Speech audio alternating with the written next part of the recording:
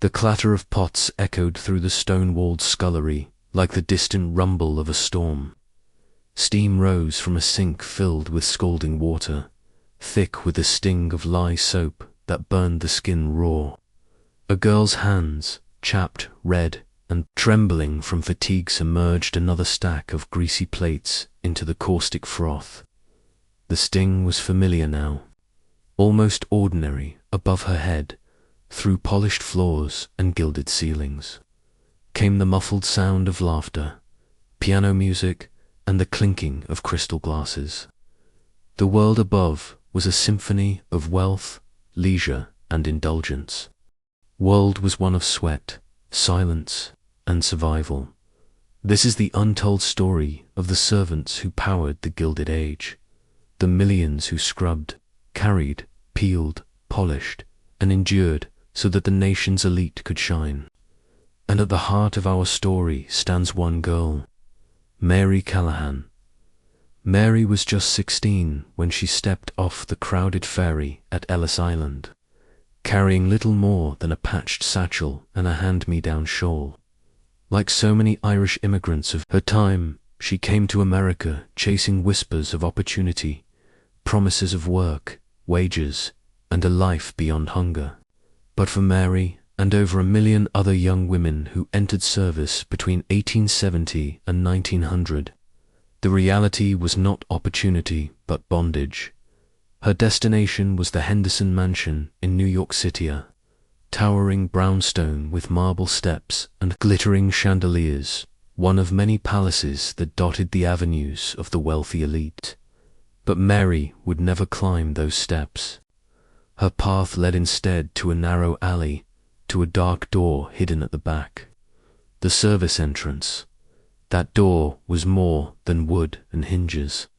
It was a symbol, a reminder that Mary's life, and the lives of those like her, would unfold in a parallel universe. The wealthy family lived upstairs, surrounded by velvet curtains and gilded mirrors. The servants lived below, in cramped quarters with iron bedsteads, thin blankets, and little light.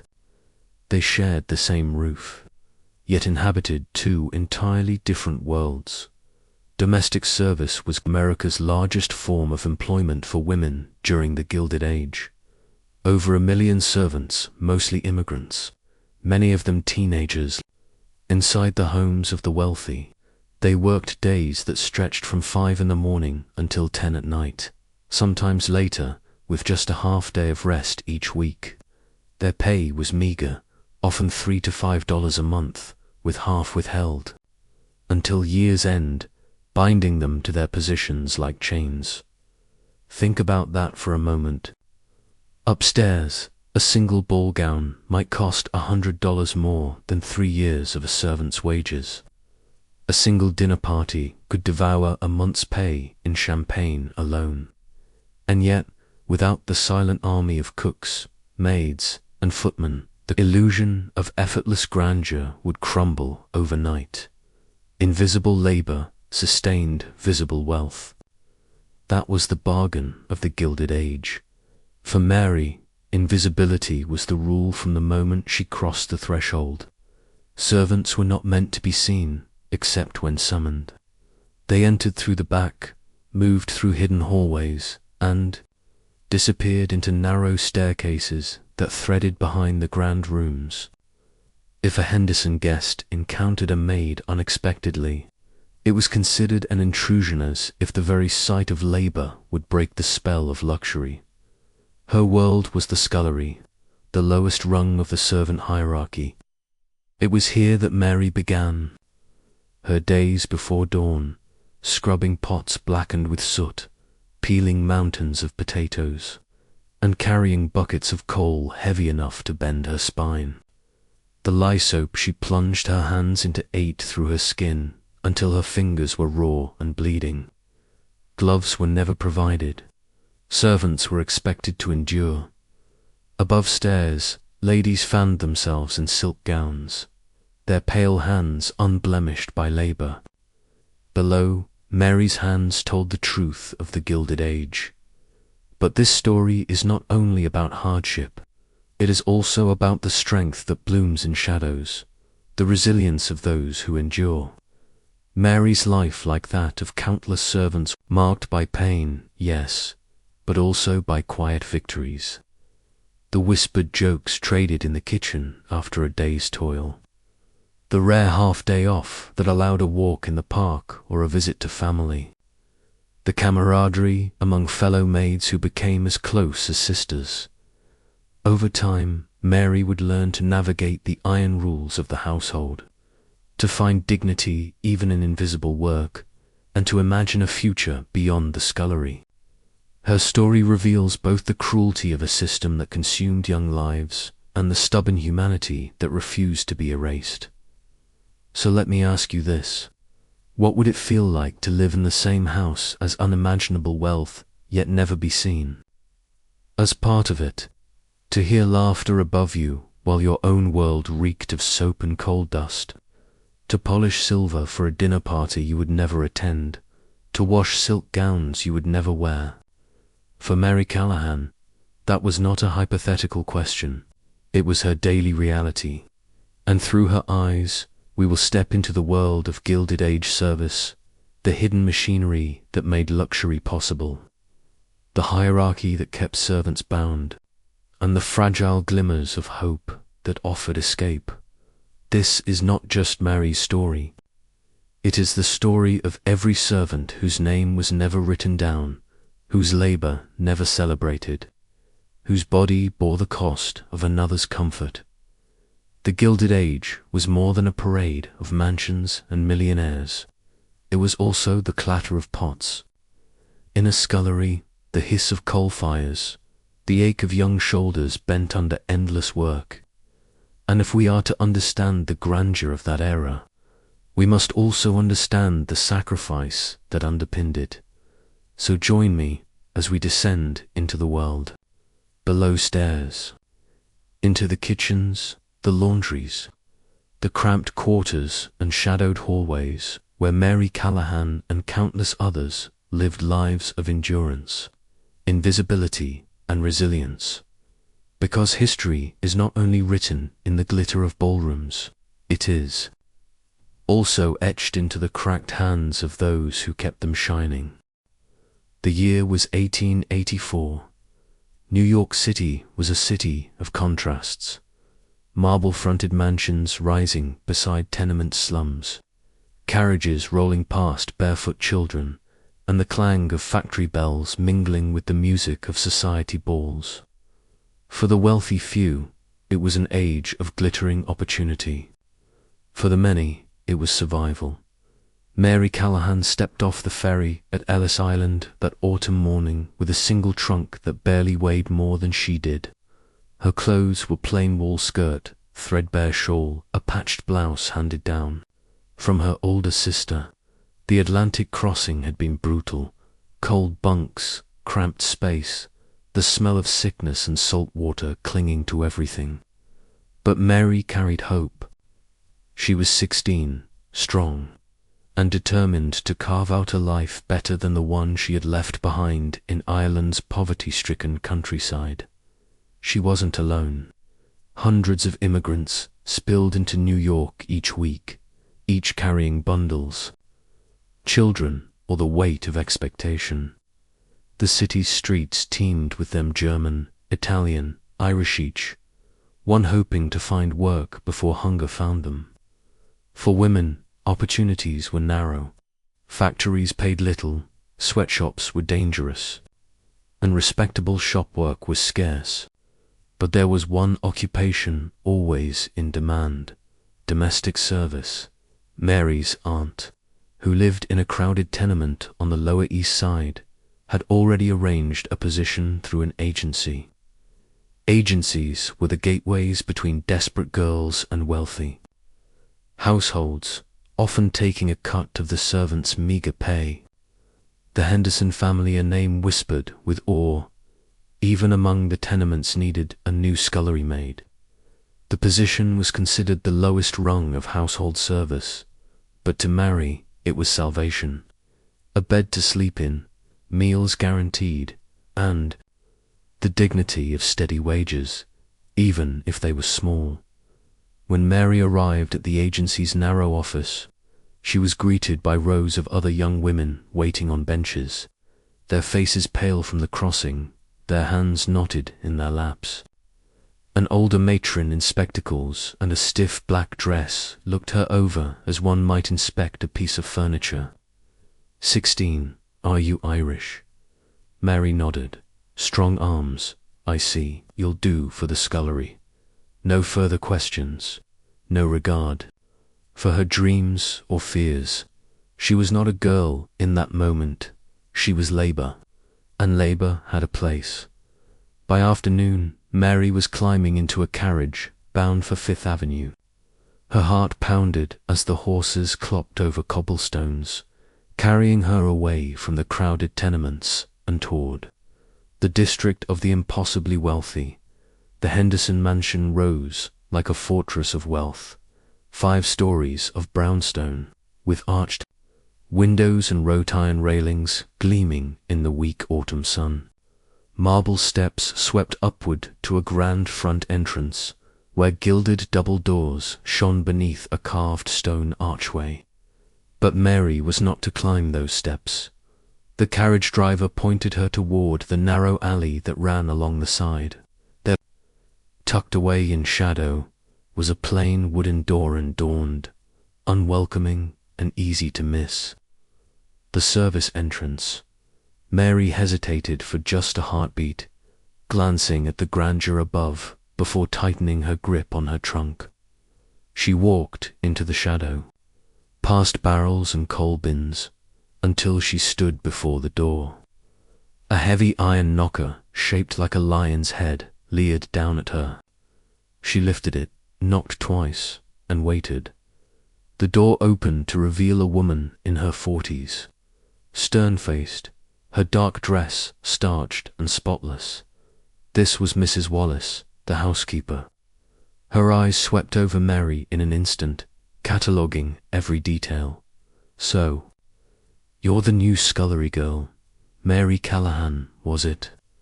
You'll remember, in this house, you're at the bottom. You do as you're told, without delay, without complaint. If you fail, there are 10 more girls waiting at the agency for your place.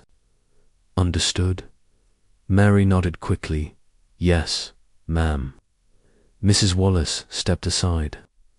Then come in, quickly. We don't stand about in doorways.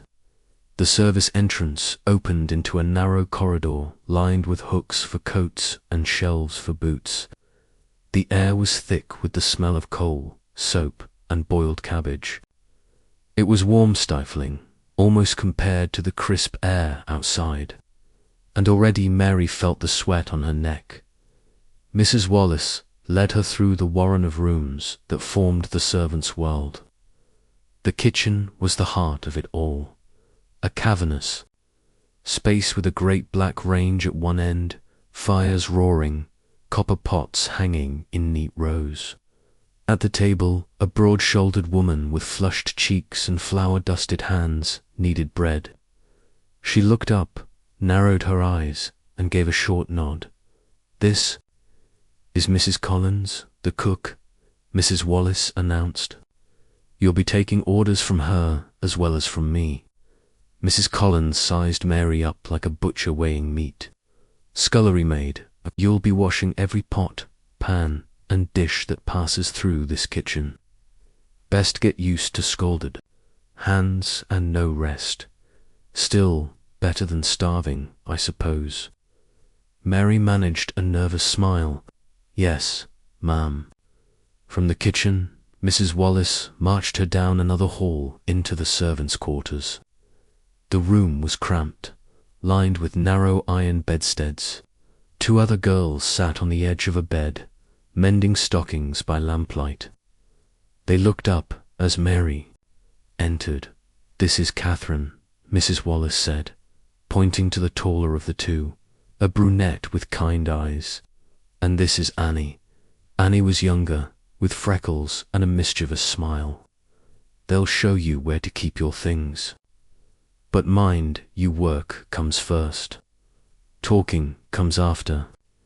The girls nodded politely.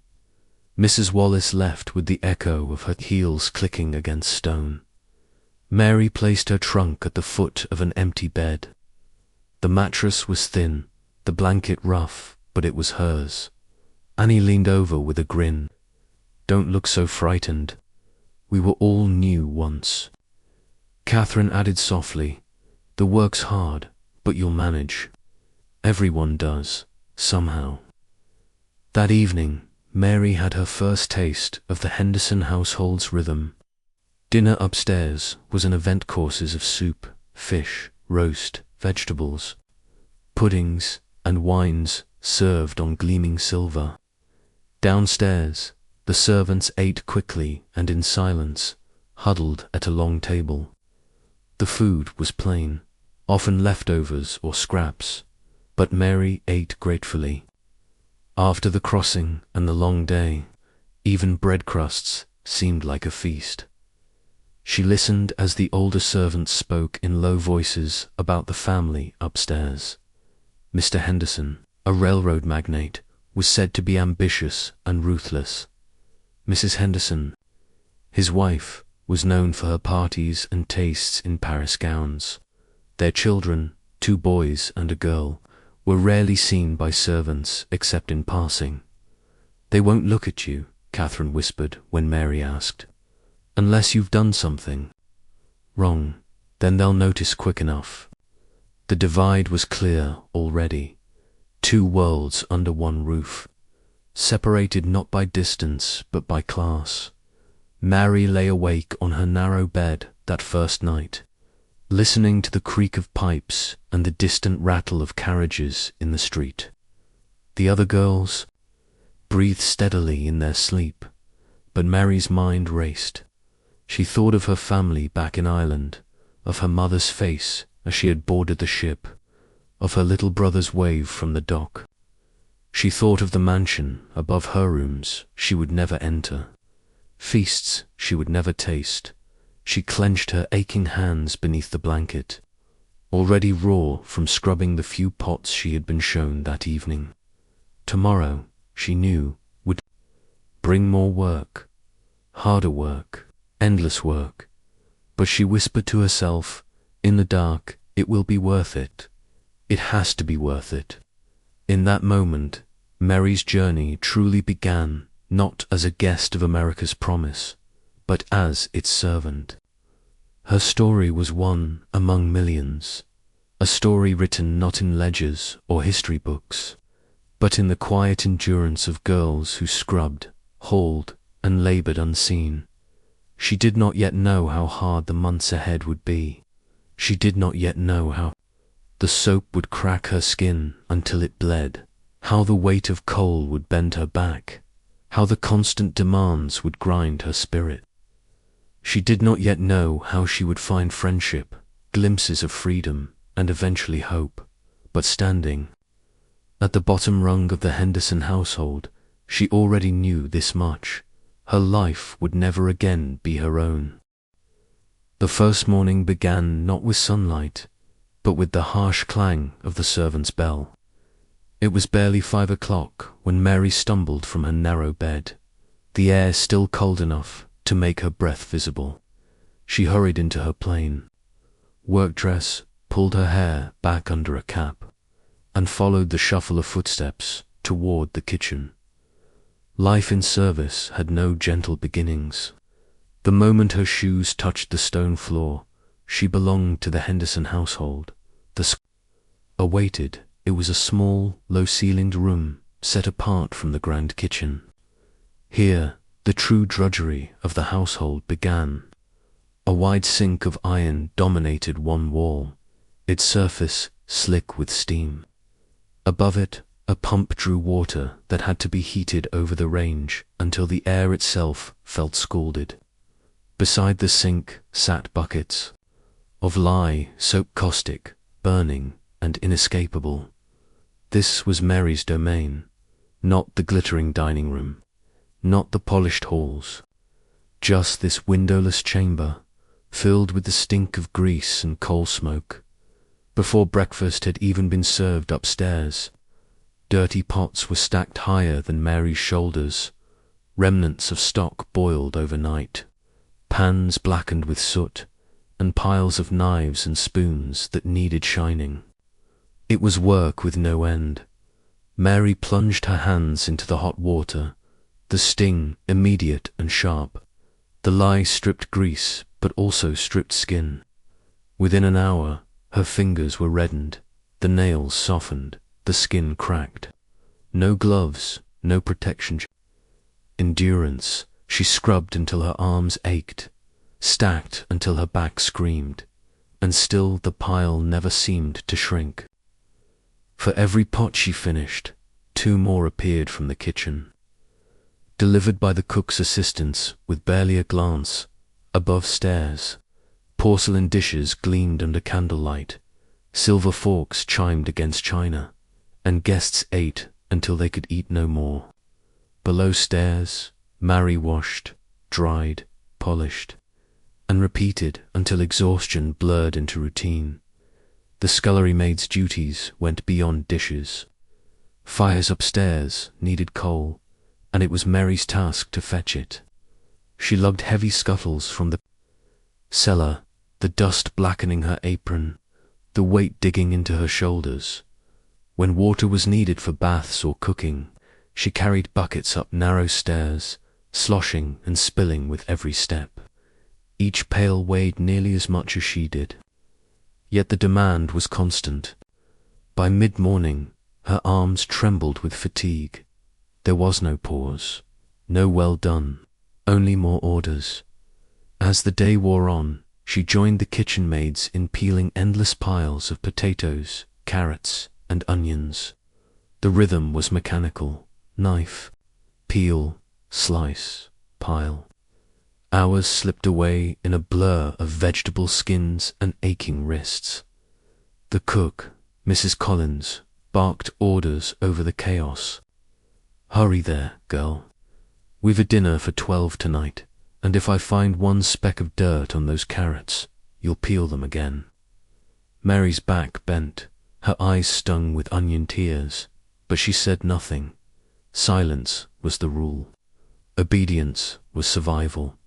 Even the most degrading tasks fell to her lot.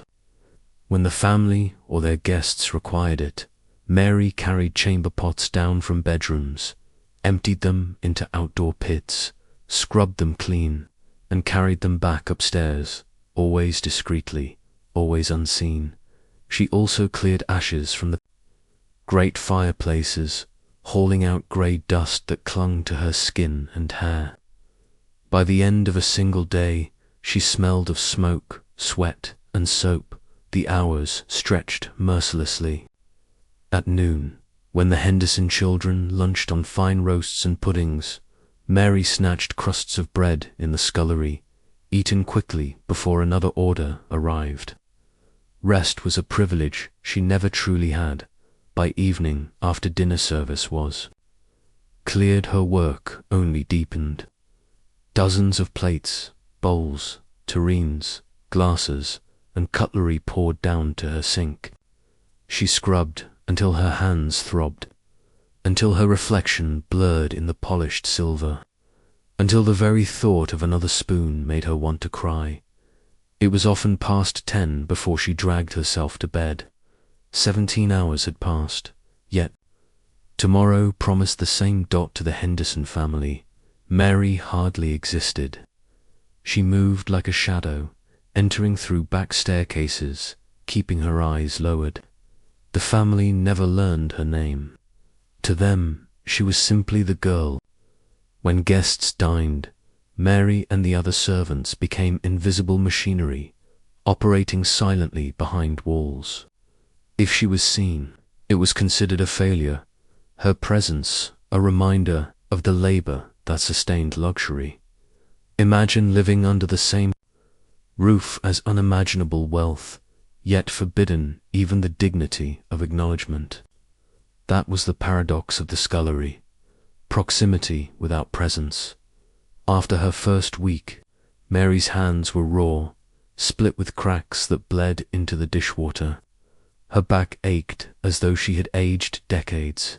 Her feet, in thin shoes, swelled from constant standing. The older maids told her it would never ease.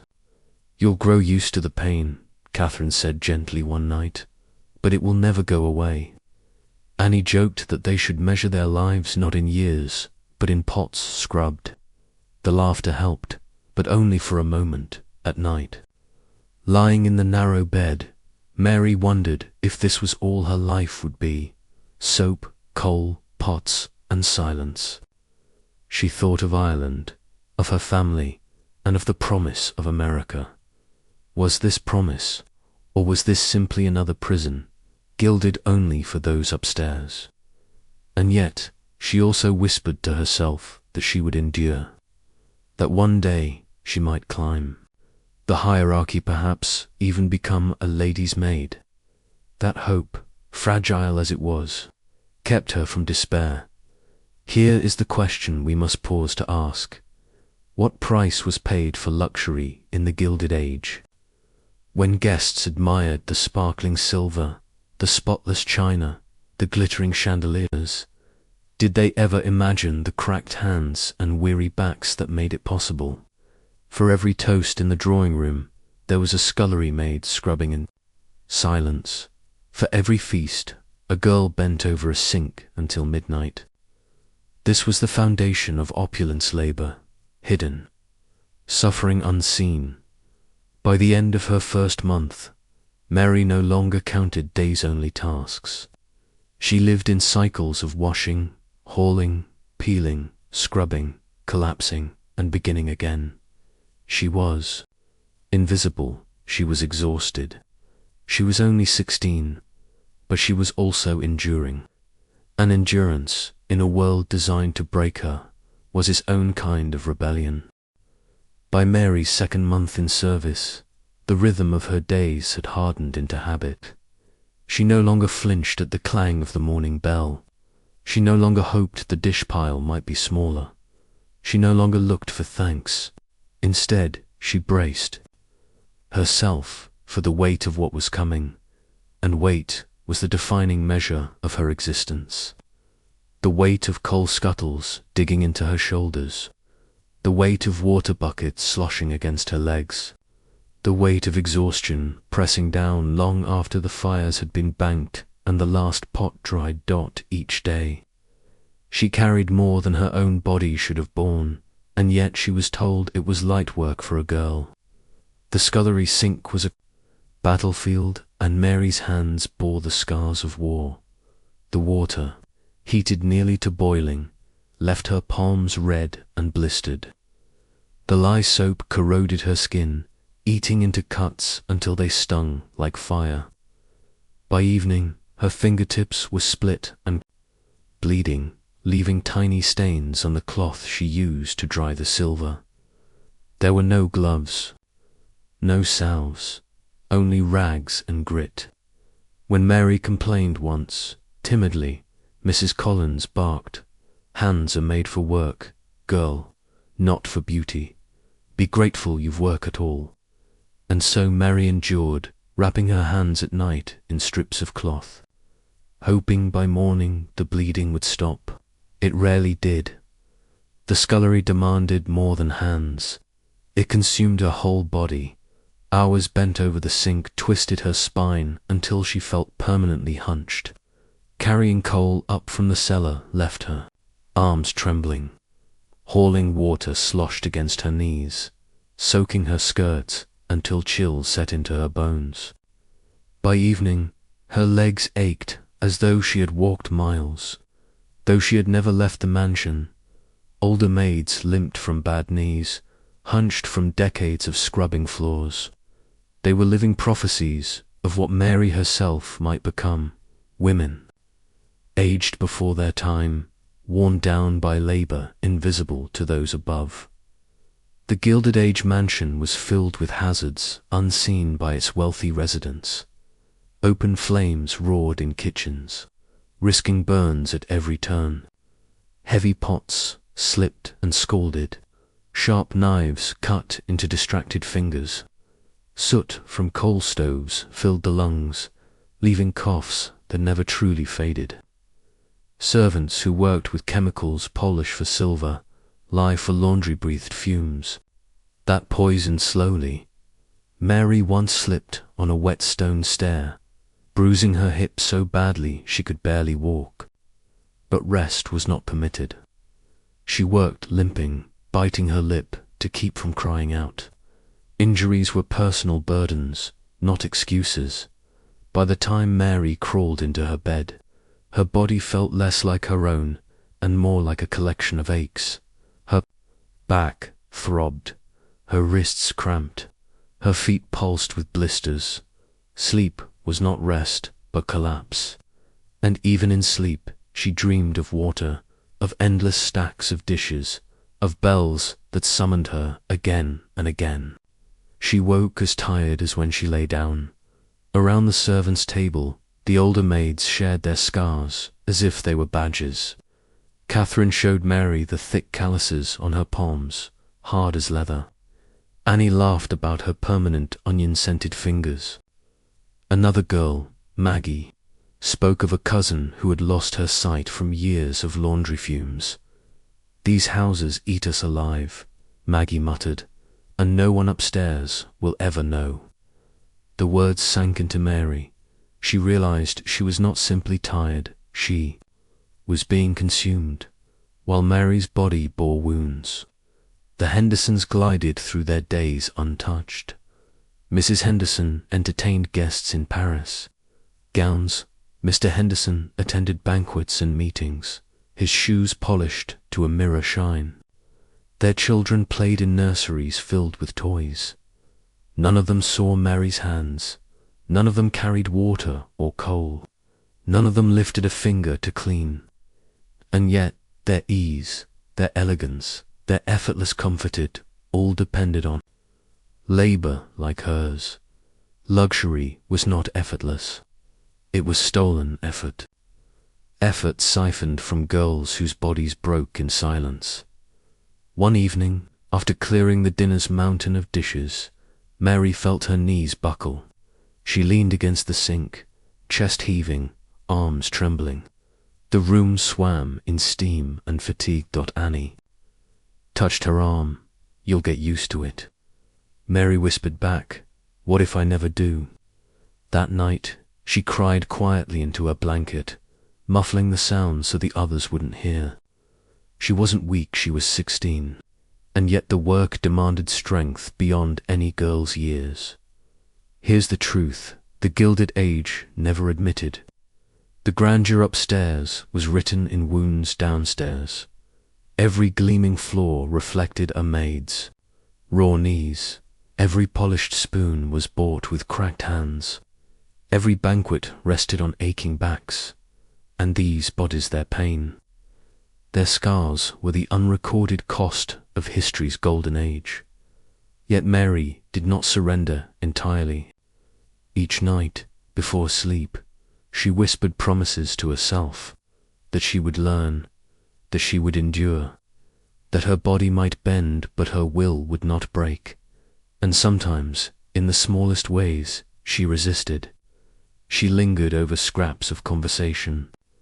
With Catherine and Annie, she laughed at jokes whispered in the scullery. She hummed songs from Ireland under her breath while she scrubbed, tiny flames of humanity, flickering in a world designed to extinguish them by the end of her 3rd month. Mary's body was no longer the same as when she arrived. Her hands were rough, her posture stooped, her feet blistered. She was marked by labor, scarred by work, wounded by the very house she served, and yet she endured, because survival was the only choice. The Gilded Age would have its illusions of perfection, but below stairs, Mary's body told the truth. The Henderson mansion was more than a home, it was a theatre. Upstairs, velvet curtains framed marble halls, chandeliers glowed with gaslight, and the air shimmered with perfume and laughter. Downstairs, where Mary toiled, the world was heat, grease, coal, dust, and the sting of soap. Both worlds existed under the same roof, yet they were as distant from each other as the moon from the sea. Mary lived in one and sustained the other. It was December when Mary first felt the full force of the Hendersons' appetite for display. Mrs. Henderson had announced a Christmas ball, 100 guests, an orchestra, tables heavy with food. For the servants, the news meant weeks of labor. The kitchen became a factory. Dozens of turkeys roasted. Pastries lined trays in precise rows. Puddings steamed in cloth sacks. The scullery churned with mountains of pans, every one of them needing scrubbing to a shine. Mary worked until her hands shook. She carried platters larger than her torso, polished silver until it gleamed like liquid light, and hauled buckets until her shoulders screamed above stairs.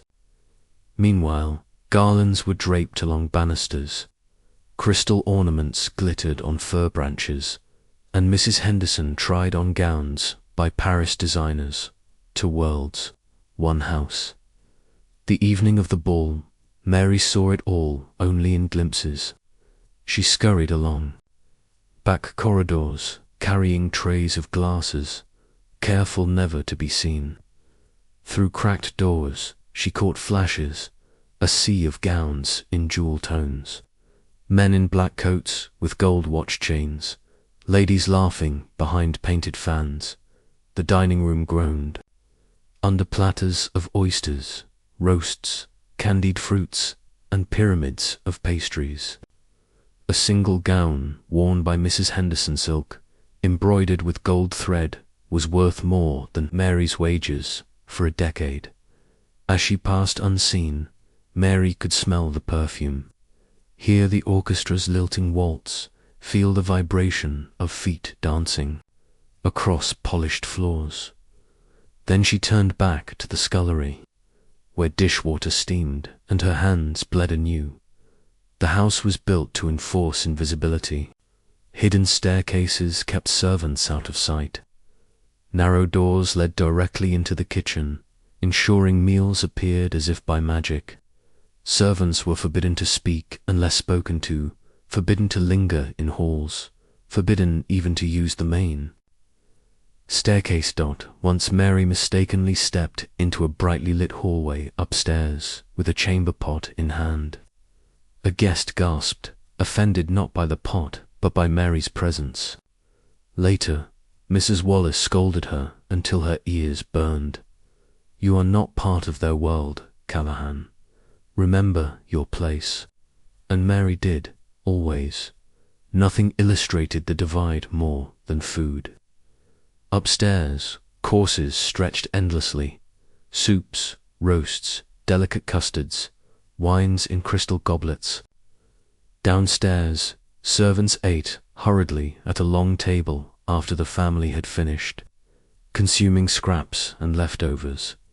Mary often stared at half-eaten pastries tossed aside by the children, wishing she could taste just one bite fresh from the tray. Instead, she swallowed crusts and stale bread, her stomach churning with both hunger and resentment. Luxury above, scarcity below, the contrast extended to living spaces. The Hendersons' bedrooms glowed with silk drapes, thick carpets, and feather beds. Even the nursery, where the children rarely played, had more space than the entire servants' quarters. Mary's own room was cold, damp, and cramped, 3 beds squeezed into a space barely large enough for 2. A single window looked onto an alley. In winter, frost clung to the inside of the glass. She sometimes lay awake, imagining the warmth of the Hendersons' feather quilts, the softness of their mattresses. But when morning came, she rose from her thin blanket, numb with cold, and returned to her sink. What struck Mary most was the way the Hendersons lived as though ease were natural. Mrs. Henderson never seemed to notice the silver that had to be polished daily, the carpets beaten weekly, The endless dishes washed and washed again. Mr. Henderson strode through halls without thinking of the coal fires stoked since dawn. The lamps cleaned and filled with oil, the boots scrubbed free of street mud. There, luxury was an illusion, propped up by invisible labor. Every comfort, every display of wealth, depended on servants' exhaustion. Yet in the upstairs world, it appeared as though comfort simply existed, effortless, unearned. And so the divide was not just physical, it was philosophical. Upstairs believed luxury was natural.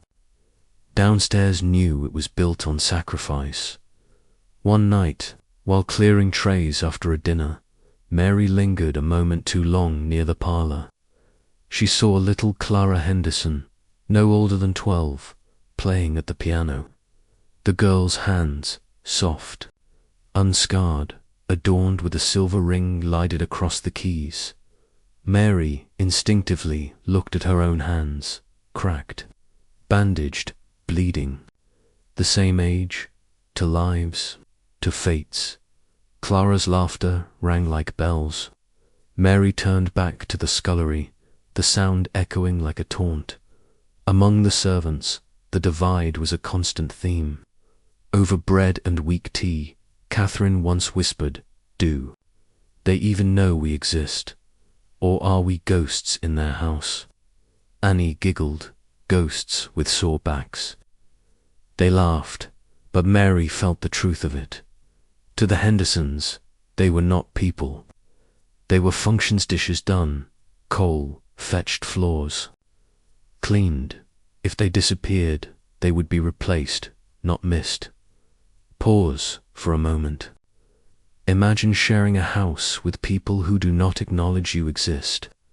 Imagine working 17 hours a day to create comfort you will never taste, beauty you will never touch.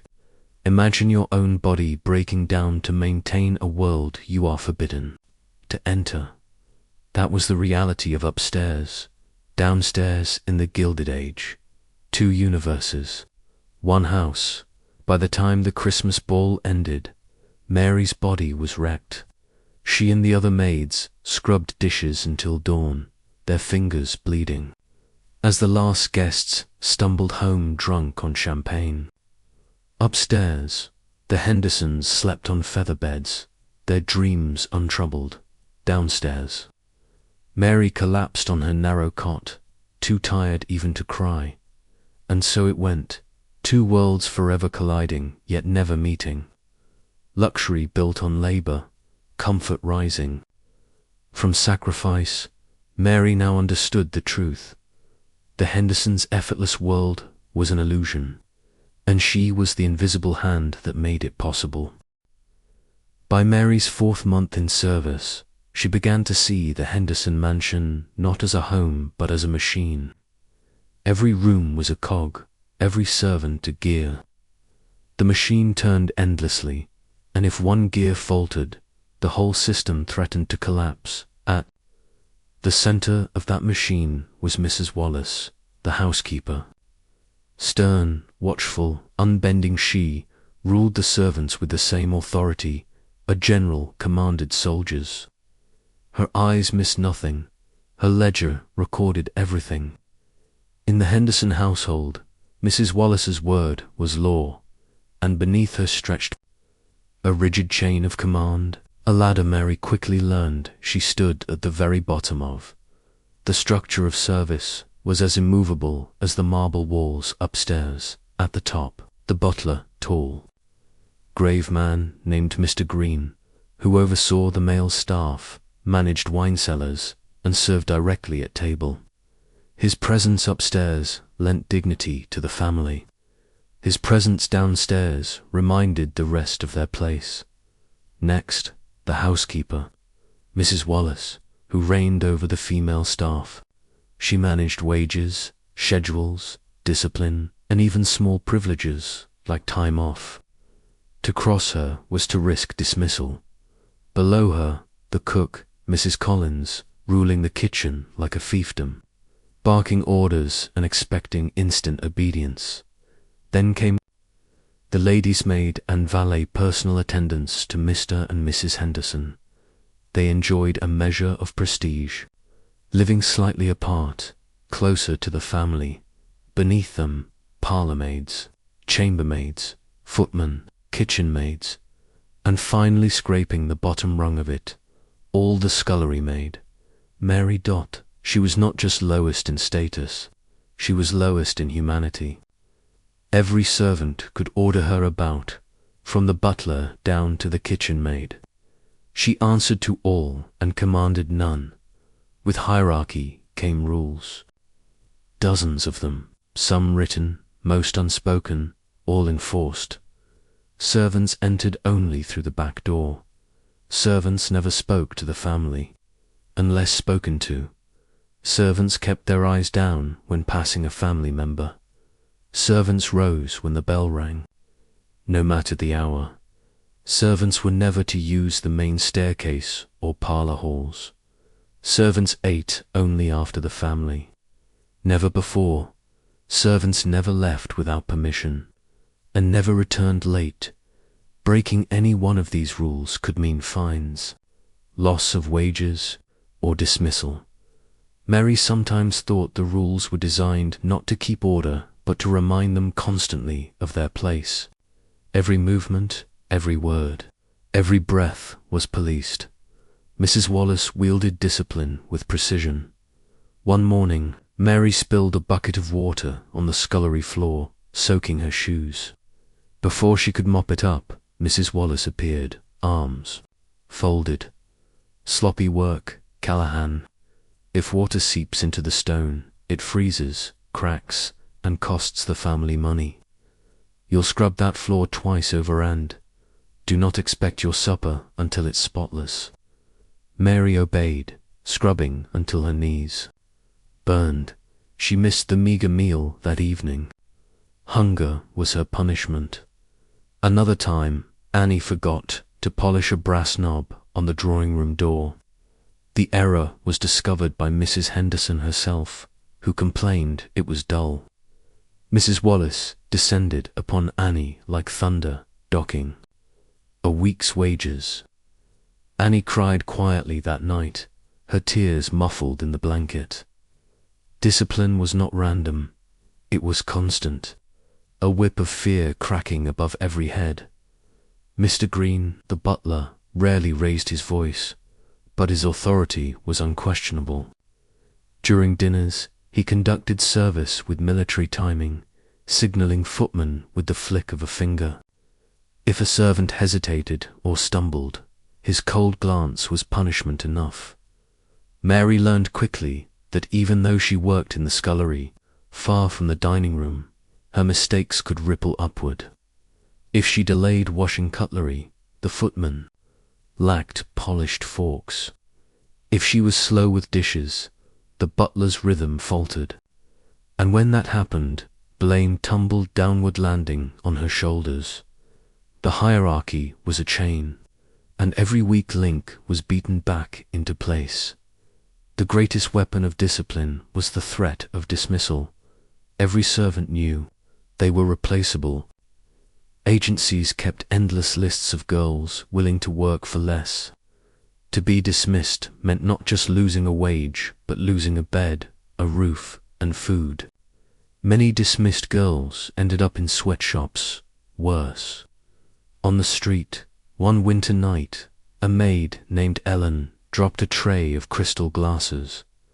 None shattered, but the noise startled a guest. The next morning, she was gone. No explanation, no farewell, just gone. Her empty bed was a silent warning. Mary lay awake that night, staring into the dark, clutching her blanket, whispering, "Work harder, make no mistakes, or you'll be next." Discipline didn't always come from above. The hierarchy, maidservants, police one another. Chambermaids scolded scullery maids.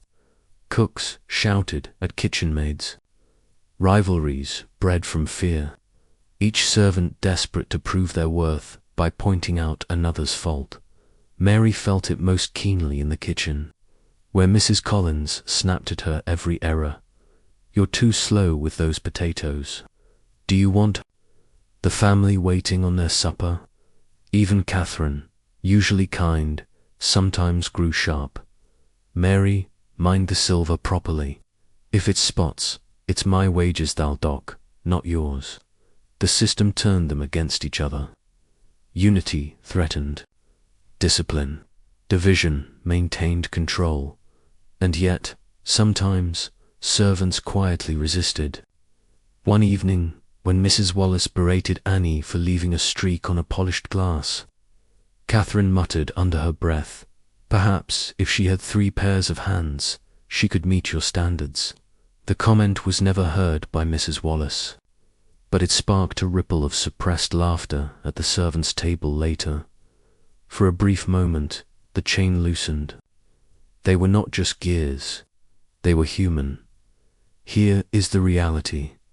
Life in service was not only about work, it was about control. Control over when you woke, control over where you walked, control over what you ate, when you rested, even how you stood. The Henderson Mansion was not simply a workplace, was a system of power designed to remind servants, every moment, of their inferiority. And Mary, at the bottom, felt that weight, most of all, by her 5th month. Mary had memorized every rule, every expectation, every unspoken demand. She moved silently, eyes down, never lingering, never hesitating, but deep inside, she knew the truth. This was not just work, it was control disguised as order. The Hendersons lived in a world of glittering freedom. Mary lived in a world of rules, hierarchy and discipline. And yet, though her body bent, though her spirit bowed, her will to endure had not broken, not yet.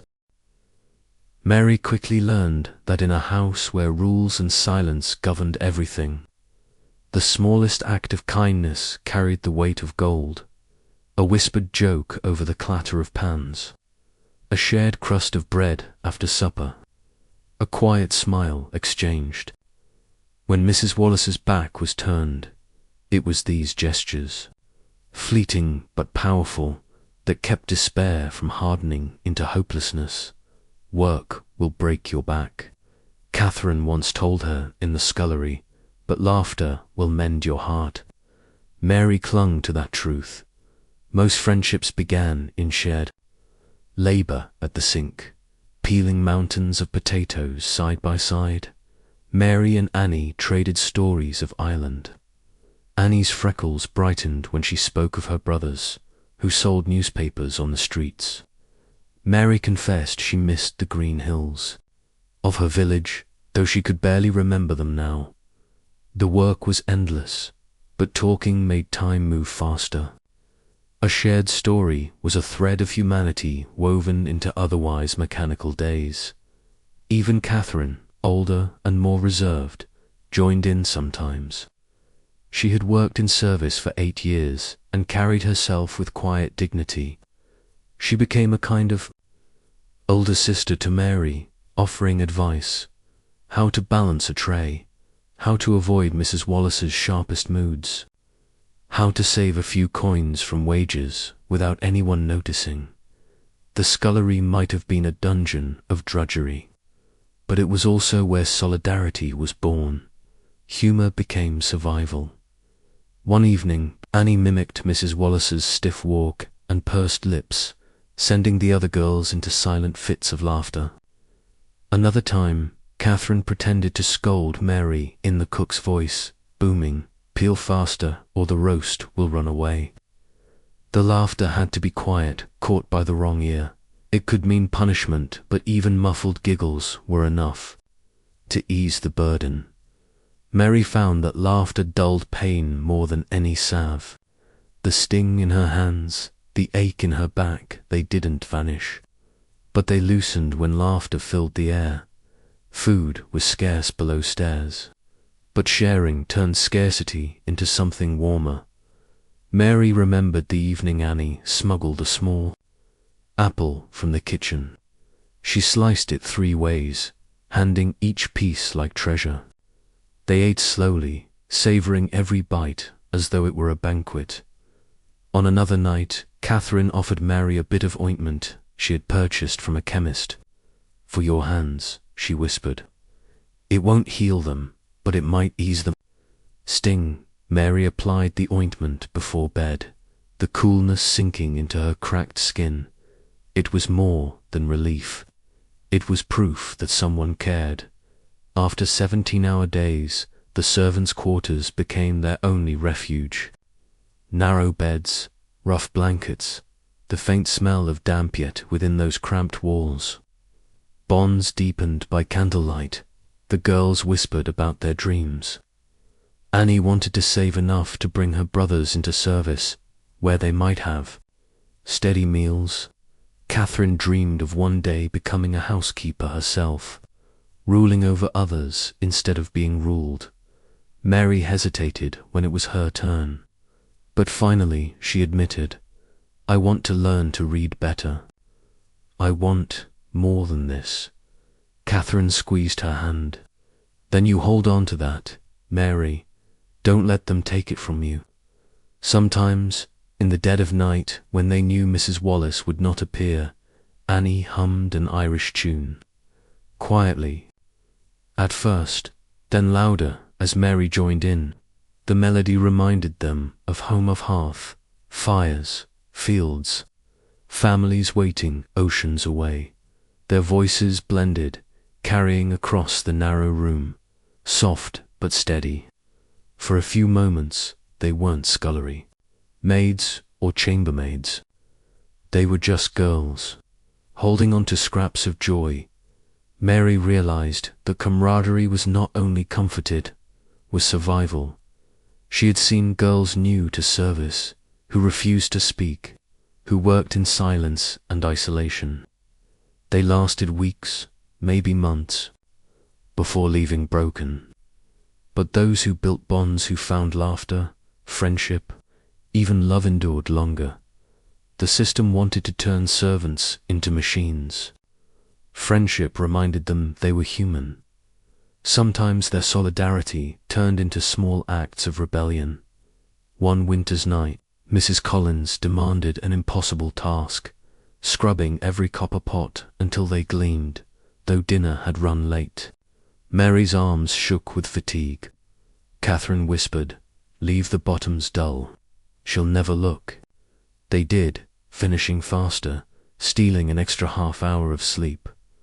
On another evening, Annie smuggled a small candle into the quarters so they could talk longer after lights out. It flickered between them, tiny but defiant, a glow of stolen freedom. Pause. Hear and consider. What would you cling to in such a life? If every day left you raw, exhausted, and unseen, what would keep you human? For Mary and her fellow servants, it was not money or food or even rest. It was each other, a shared laugh, a whispered song, a stolen apple. Camaraderie became their armor. Survival became a collective act. By the end of winter, Mary had learned this truth.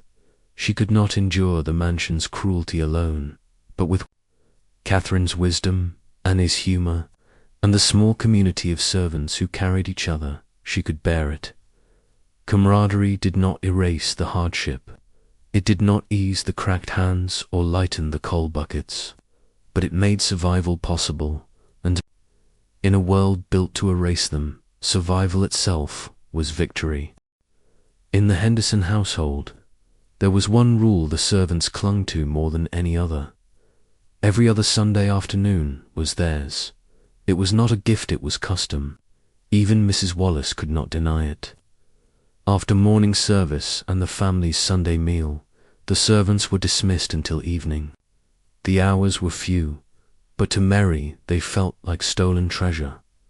On those days, she stripped off her apron, washed her hands as best she could, and stepped out into the city. The first breath of cold winter air on her face felt like freedom itself, new.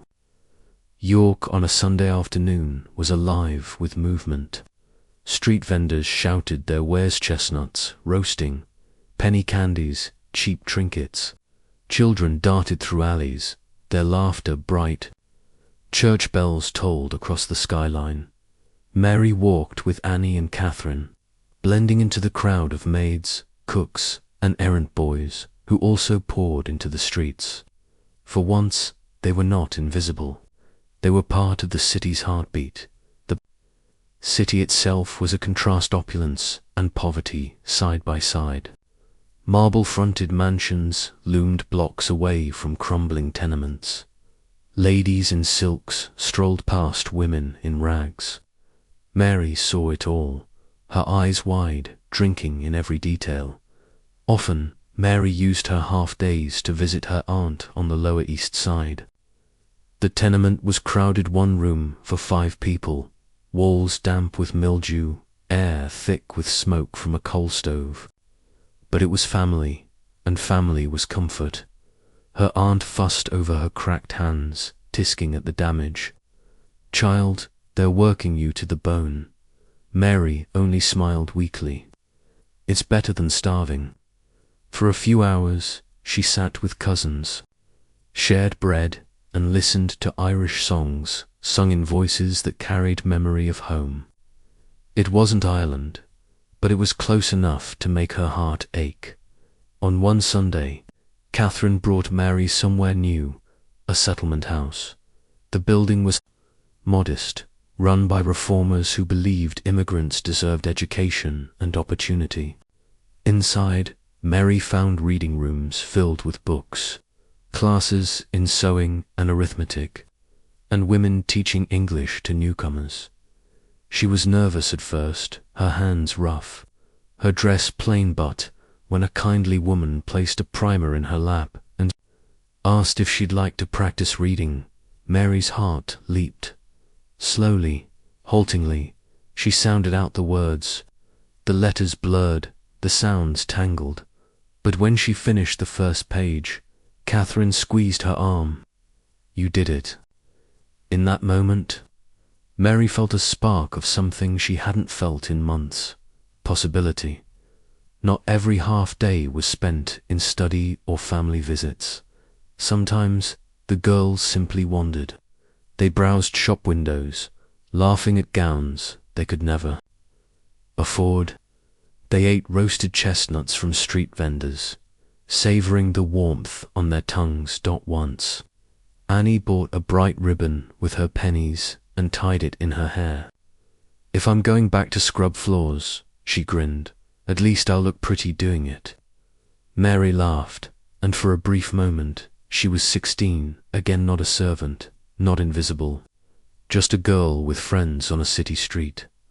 But freedom never lasted. By evening, the bells tolled, reminding them to return. Mary trudged back to the mansion, her steps heavier with each block. The service entrance loomed like the closing gate of a prison. Inside, the scullery waited.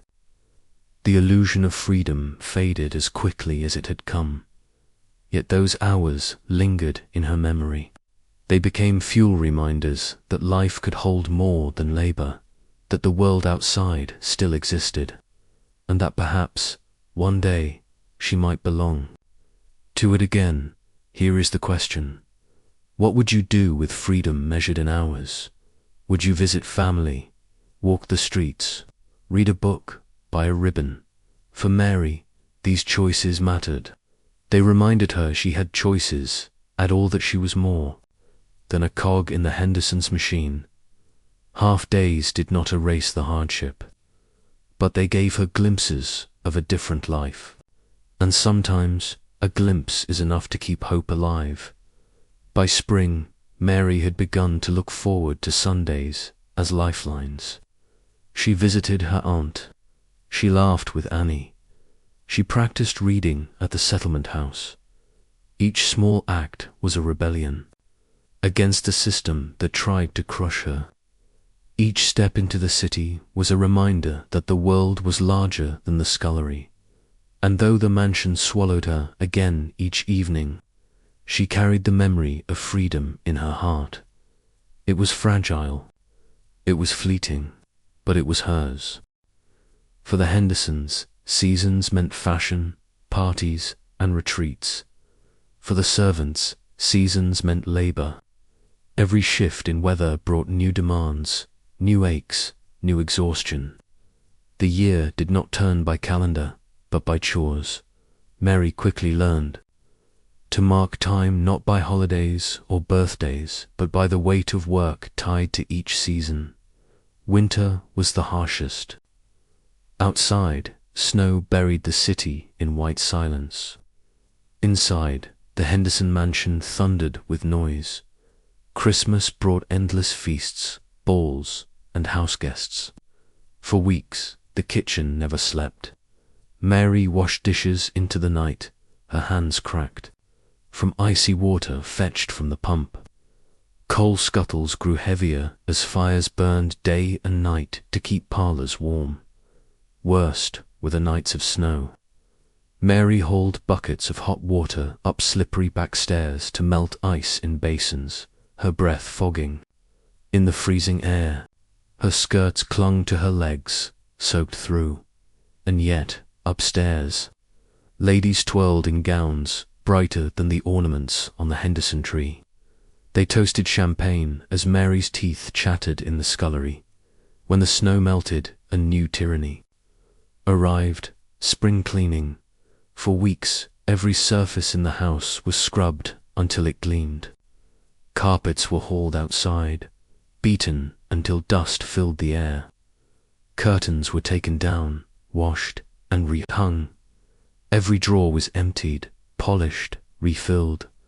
Mary spent hours scrubbing floors on her knees, the soap biting into already raw skin. She polished silver until her reflection blurred in its gleam. She carried water buckets up and down until her shoulders screamed. The Hendersons praised the freshness of their home, never considering the exhaustion it cost. Spring, for Mary, meant blistered knees and bruised hands. Summer turned the mansion into an oven. The great kitchen, with its roaring range, became unbearable. Sweat rolled down Mary's back as she scrubbed pots in steaming water. Her dress clung to her skin, her cap damp with heat. Coal was no longer needed for warmth, but endless ice was carried up from cellars to keep food cool. Mary hauled blocks of ice, her arms burning from the strain. Upstairs, the Henderson family often left for Newport or the countryside. For them, summer meant retreat. For the servants left behind, it meant suffocating kitchens and work that never slowed. Mary envied the breezes she glimpsed through open windows, knowing she could not stop long enough to feel them. Autumn was a season of anticipation. The Hendersons returned from retreats with trunks full of gowns and fabrics. Each item had to be unpacked, brushed, pressed, and stored. The house had to be prepared for winter guests. Mary scrubbed fireplaces, polished woodwork, and cleaned the soot that clung after months of burning coal. She peeled endless vegetables for stews, carried apples for pies, and prepared for the onslaught of holiday feasts soon to come. Autumn was less frantic than winter, but it was heavy with foreboding.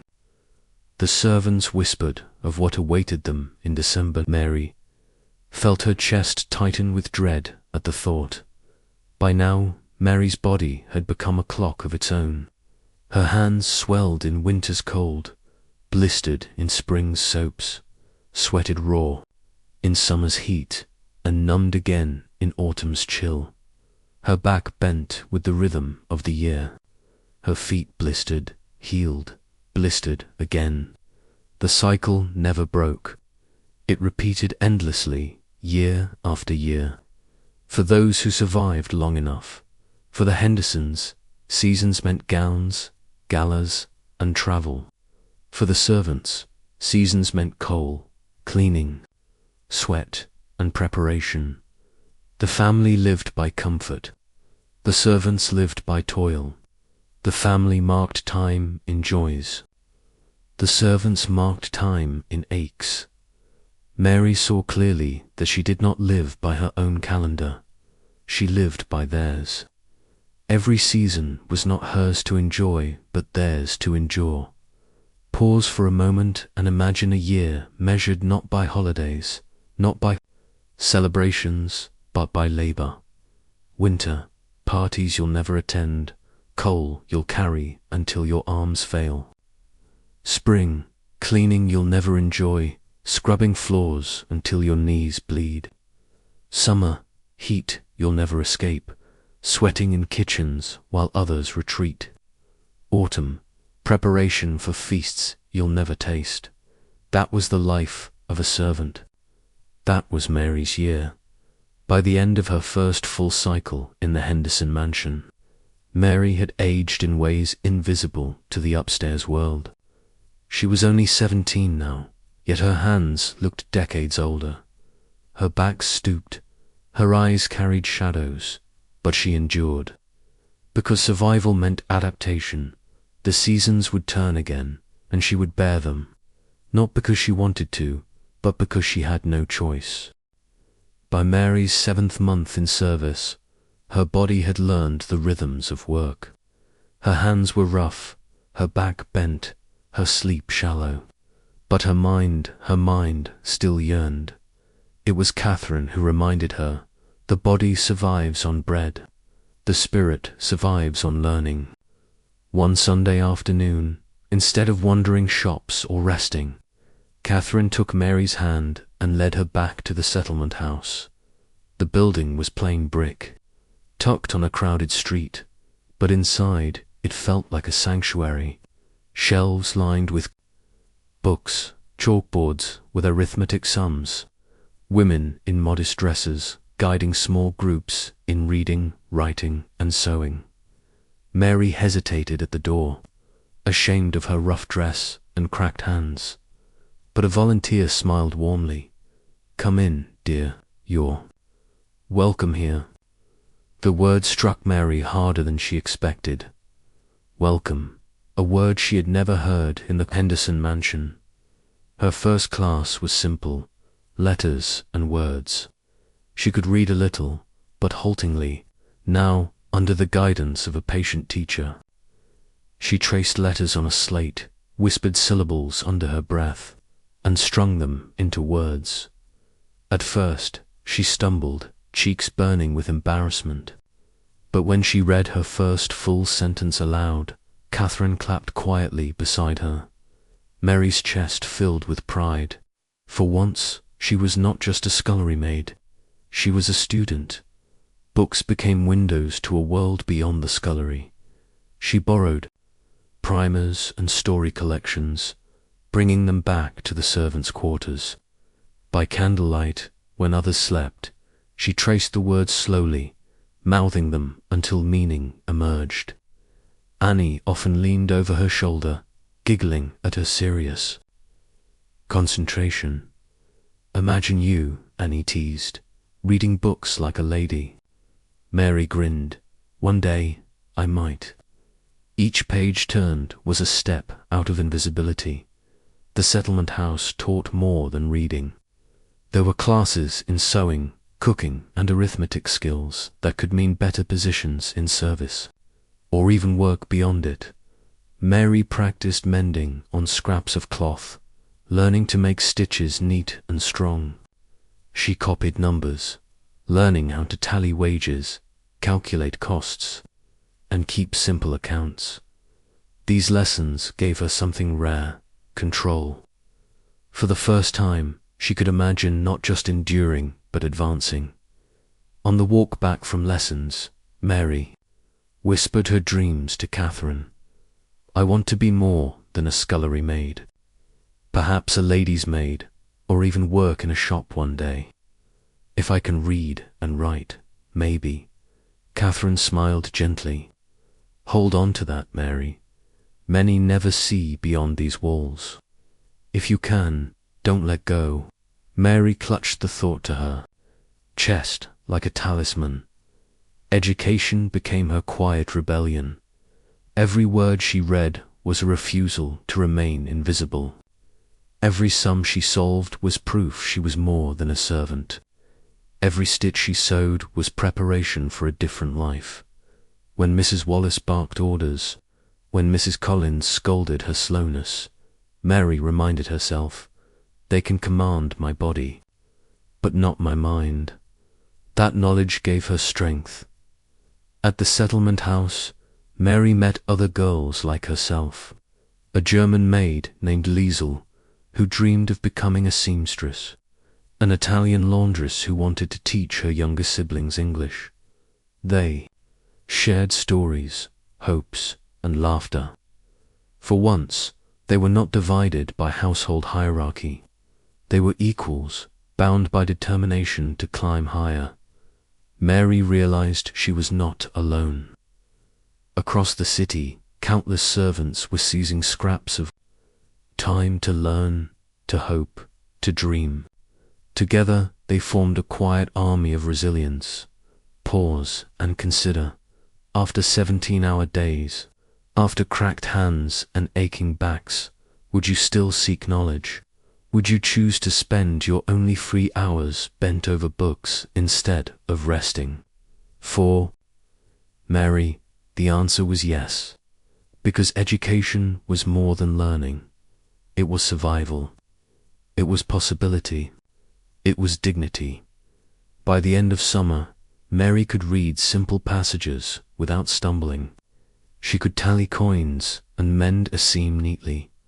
They were small steps, but to her they felt monumental. Each lesson lit a candle in the dark scullery of her life. She was still invisible to the Hendersons. She was still lowest in rank, but she no longer believed she would remain so forever. Education had given her more than skills. It had given her hope. One autumn afternoon, Mary was scouring the scullery sink when Mrs. Wallace appeared in the doorway. Her sharp eyes studied Mary. Then she said, "Leave that. Come with me." Mary froze, heart racing. Had she made a mistake? Would she be dismissed? She dried her hands quickly and followed the housekeeper through winding corridors. Instead of scolding, Mrs. Wallace stopped at the servants' hall and said curtly, "You're to begin training as a between maid. Report to me tomorrow." Mary blinked, stunned. A between maid? She barely whispered, "Yes, ma'am." Her world shifted in that instant. A between maid occupied the rung just above the scullery. Her duties bridged the gap between kitchen and housework, serving at table, carrying food from kitchen to dining room, assisting chambermaids, and sometimes running errands. It was still hard labor, but it meant cleaner work, less dishwater, fewer chamber pots. Most importantly, it meant visibility. No longer chained to the scullery, Mary would move closer to the family's world. When Catherine heard the news, she hugged Mary tightly. "You've earned it, love. You've worked harder than any of us." Annie clapped her hands, laughing. "You'll be ordering us about soon." Mary smiled shyly. She had no illusions. She was still far from freedom. But for the first time, she had risen. The transition was not simple. As between maid, Mary now worked directly under the butler and the parlour maids. Mr. Green trained her in the art of carrying trays without rattling. The parlour maid drilled her in laying a table precisely, forks aligned, napkins folded into crisp triangles, glasses placed at perfect angles. Every mistake was corrected with sharp words. But Mary persisted, practicing late at night with scraps of cutlery borrowed from the kitchen. Slowly, she improved. Her first evening carrying dishes into the dining room, she kept her eyes lowered, but her heart pounded. She could feel at the table, their voices like music from another world. For once, She was not entirely invisible. The work was demanding, but it carried dignity. Mary learned to balance trays gracefully, to polish glass until it shone, to anticipate needs before they were spoken. She also learned discretion, the art of being present but silent, attentive but unnoticed. Mrs. Wallace observed her progress, occasionally giving a curt nod. It was not praise, but from her it was approval. Mary felt pride swelling in her chest, pride not just in endurance, but in competence. She was no longer only surviving, she was improving. Perhaps the greatest gift came from Eleanor, the Hendersons' lady's maid, who was preparing to leave service to marry. Knowing her post would soon be vacant, she began teaching Mary small things: how to care for fine fabrics, how to press gowns without burning silk, how to fasten jewelry securely.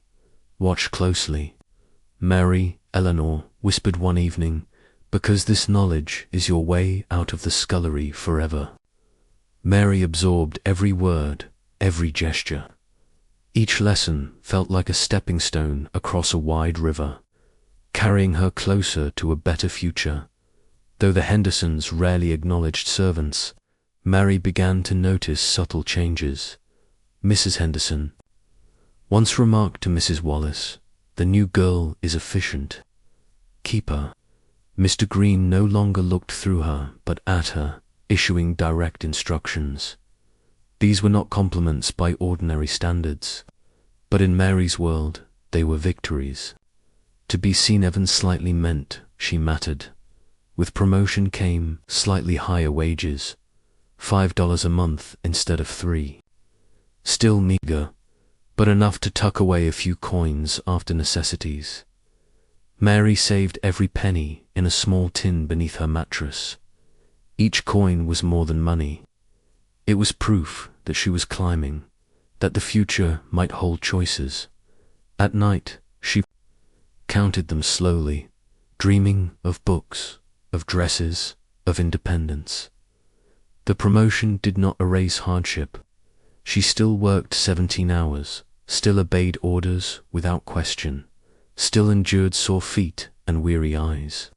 But now, woven into fatigue, was pride that she had survived the scullery, pride that she had learned, adapted, and advanced, pride that she could glimpse a horizon beyond endless dishwater for the first time. Mary began to imagine not just surviving the Henderson mansion, but leaving it one day on her own terms. Pause and consider.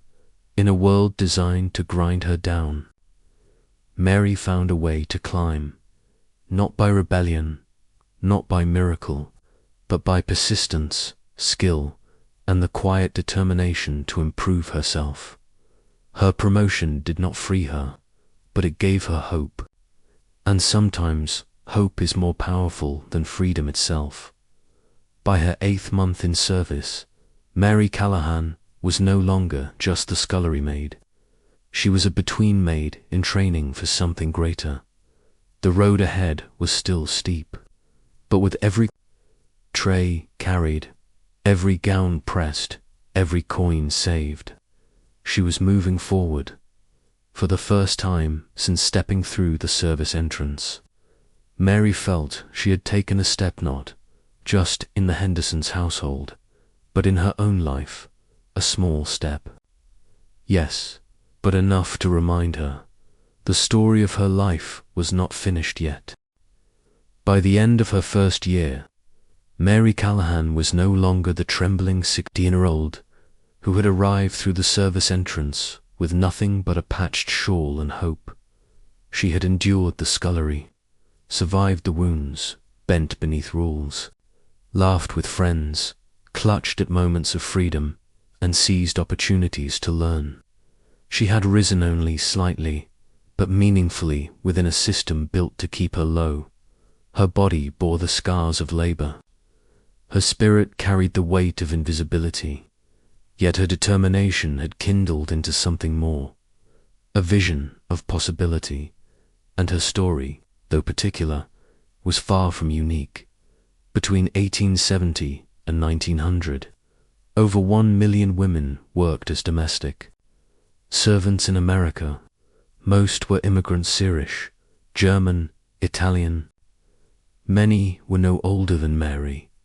They scrubbed the dishes, polished the silver, carried the coal, laundered the linens, and raised the children of families who barely knew their names. They labored 17-hour days for meager wages, half of which was often withheld until year's end. They slept in cramped quarters, ate leftovers, and endured constant discipline. Without them, the illusion of effortless grandeur upstairs would have collapsed. Yet history rarely writes their names. Their faces rarely appear in portraits. Their voices rarely echo in memoirs. Mary stands here as a symbol not just of herself, but of the invisible majority who powered the Gilded Age. The Henderson. Christmas balls, summer retreats, silk gowns, and endless feasts were not conjured by magic. They were built on bodies like Mary's. Every polished floor reflected hours of scrubbing. Every feast consumed weeks of labor. Every sparkling chandelier was lit by hands that burned with coal dust. Luxury upstairs existed because of exhaustion downstairs. That was the bargain of the Gilded Age, though the wealthy rarely acknowledged it. When we marvel at photographs of glittering mansions, we must also remember the unseen hands that made them shine. Yet even in that harsh system, seeds of change grew. Settlement houses taught girls to read, to sew, to calculate wages. Education became a lifeline. Unions and reformers began to speak of fairer wages, shorter hours, and better protections. Small victories would come later, slow, uneven, hard. 1.4. Mary, education, and promotion were glimmers of possibility. For many others, similar glimmers lit paths out of service into shops, schools, or even independent households. These steps may seem small compared to the grandeur of the age, but for the servants, they were monumental. Mary's story is not one of wealth or fame. It is not gilded with gold. It is carved into soap-scarred hands and weary smiles shared after midnight. It reminds us that dignity is not measured in gowns or fortunes, but in resilience, in the ability to endure when the world conspires to erase you, in laughter stolen, in friendships forged, in lessons learned under candlelight. Mary survived because she clung to her humanity in a world that tried to reduce her to labor. That is her true triumph. So what do we take from Mary's life? That history is not only written by the powerful, that grandeur is built on invisible backs, that even in systems of exploitation, individuals find ways to resist, to hope, to dream. The Gilded Age may seem distant, but its lessons are not. Even today, much of our comfort rests on unseen labor factory workers, cleaners, migrants whose names rarely enter history books. Mary's cracked hands echo still. They ask us to look closer at the foundations of our own age of luxury. Ask yourself when you see a glittering mansion, a grand celebration, a life of ease. Do you wonder who sustains it? Do you imagine the hands behind the curtain, the bodies in the shadows, the names never spoken? Mary Callahan's story invites us to do just that, to see, to remember, to honor. Mary never became wealthy. She never owned a mansion, but she carried within her something far greater: resilience, dignity, and the quiet power of endurance. Her story honors the millions of servants whose labor powered the Gilded Age, whose sacrifices remain hidden beneath the shine of history. And if we listen closely, through the clatter of pots and the hiss of coal fires, we can still hear them, the heartbeat of the invisible, the foundation of the grand. The Gilded Age was built on forgotten foundations. It is time we remember them. Mary's promotion to between maid opened more than just doors to the dining room. It opened doors to conversations, no longer confined to the scullery. She now carried trays, ran errands, and brushed shoulders with servants from other households. She began to notice a pattern. Whenever two servants met, even briefly, their words carried weight. Information flowed like water through cracks. At first it startled her. She had assumed the Henderson mansion was her entire world. But soon she realized, beneath the glittering city, an invisible web connected those like her, a web spun not of silk, but of whispered survival. One afternoon, Mary was sent to deliver a covered dish to a neighbor's mansion. At the service entrance, a maid in a flower-stained apron opened the door. Their exchange lasted mere seconds, yet within it came more than politeness.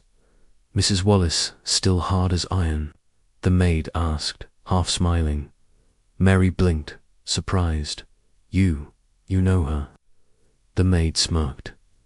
"Word travels. Keep your head down and watch the butler's moods, always a sign of the weak." The door shut, and Mary walked away with her heart pounding. How could this stranger know so much?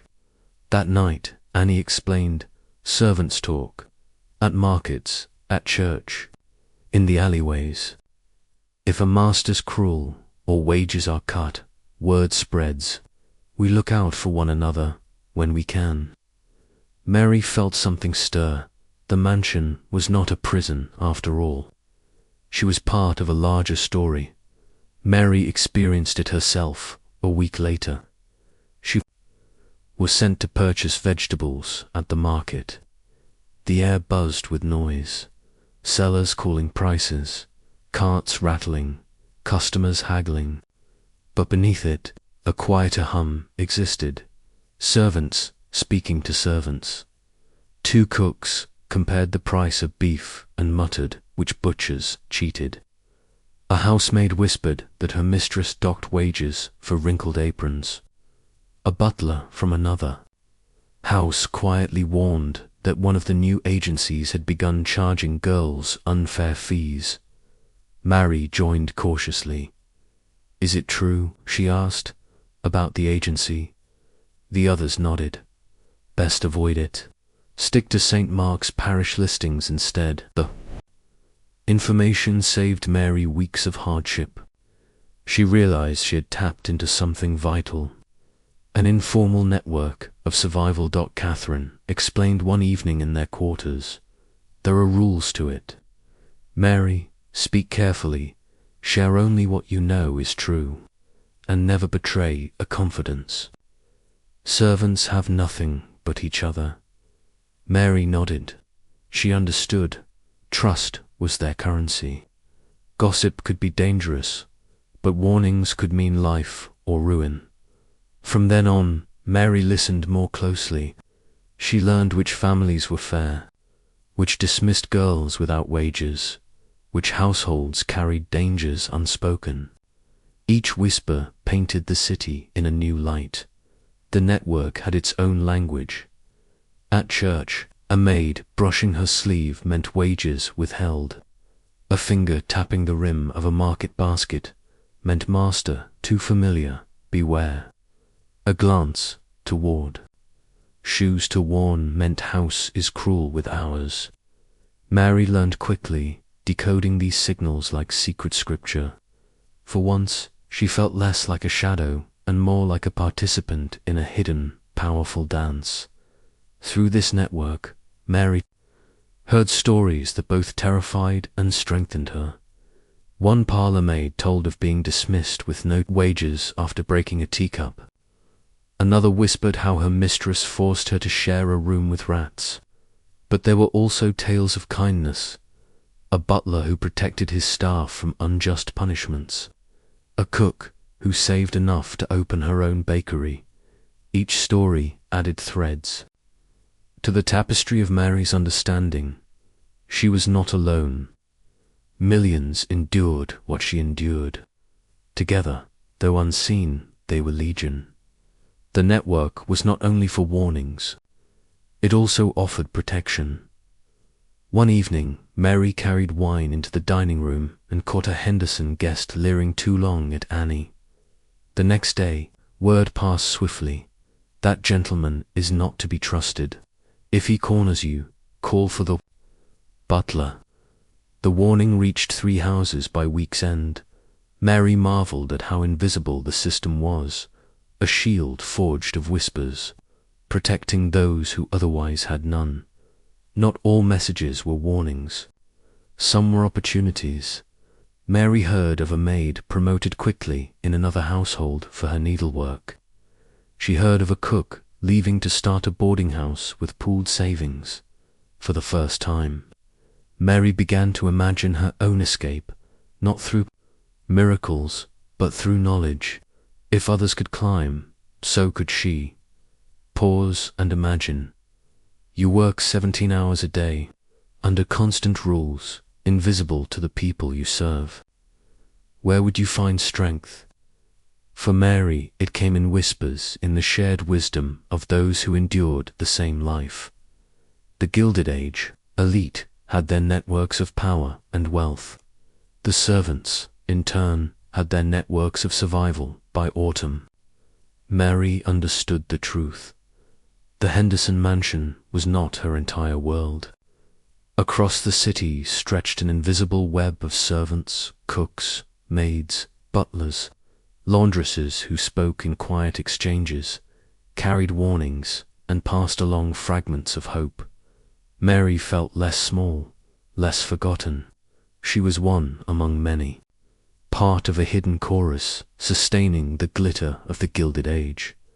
Her life was still backbreaking, her hands still scarred, but with each whisper shared, she grew stronger, and deep inside she began to believe. Together, the unseen were never truly powerless. Act 12. The hidden dangers, approximately 3,500 words, shadows behind the chores. By the time Mary had grown accustomed to her promotion as a between maid, she understood that every day carried risks. The mansion sparkled on the surface, but beneath it lay constant hazards, each one waiting silently.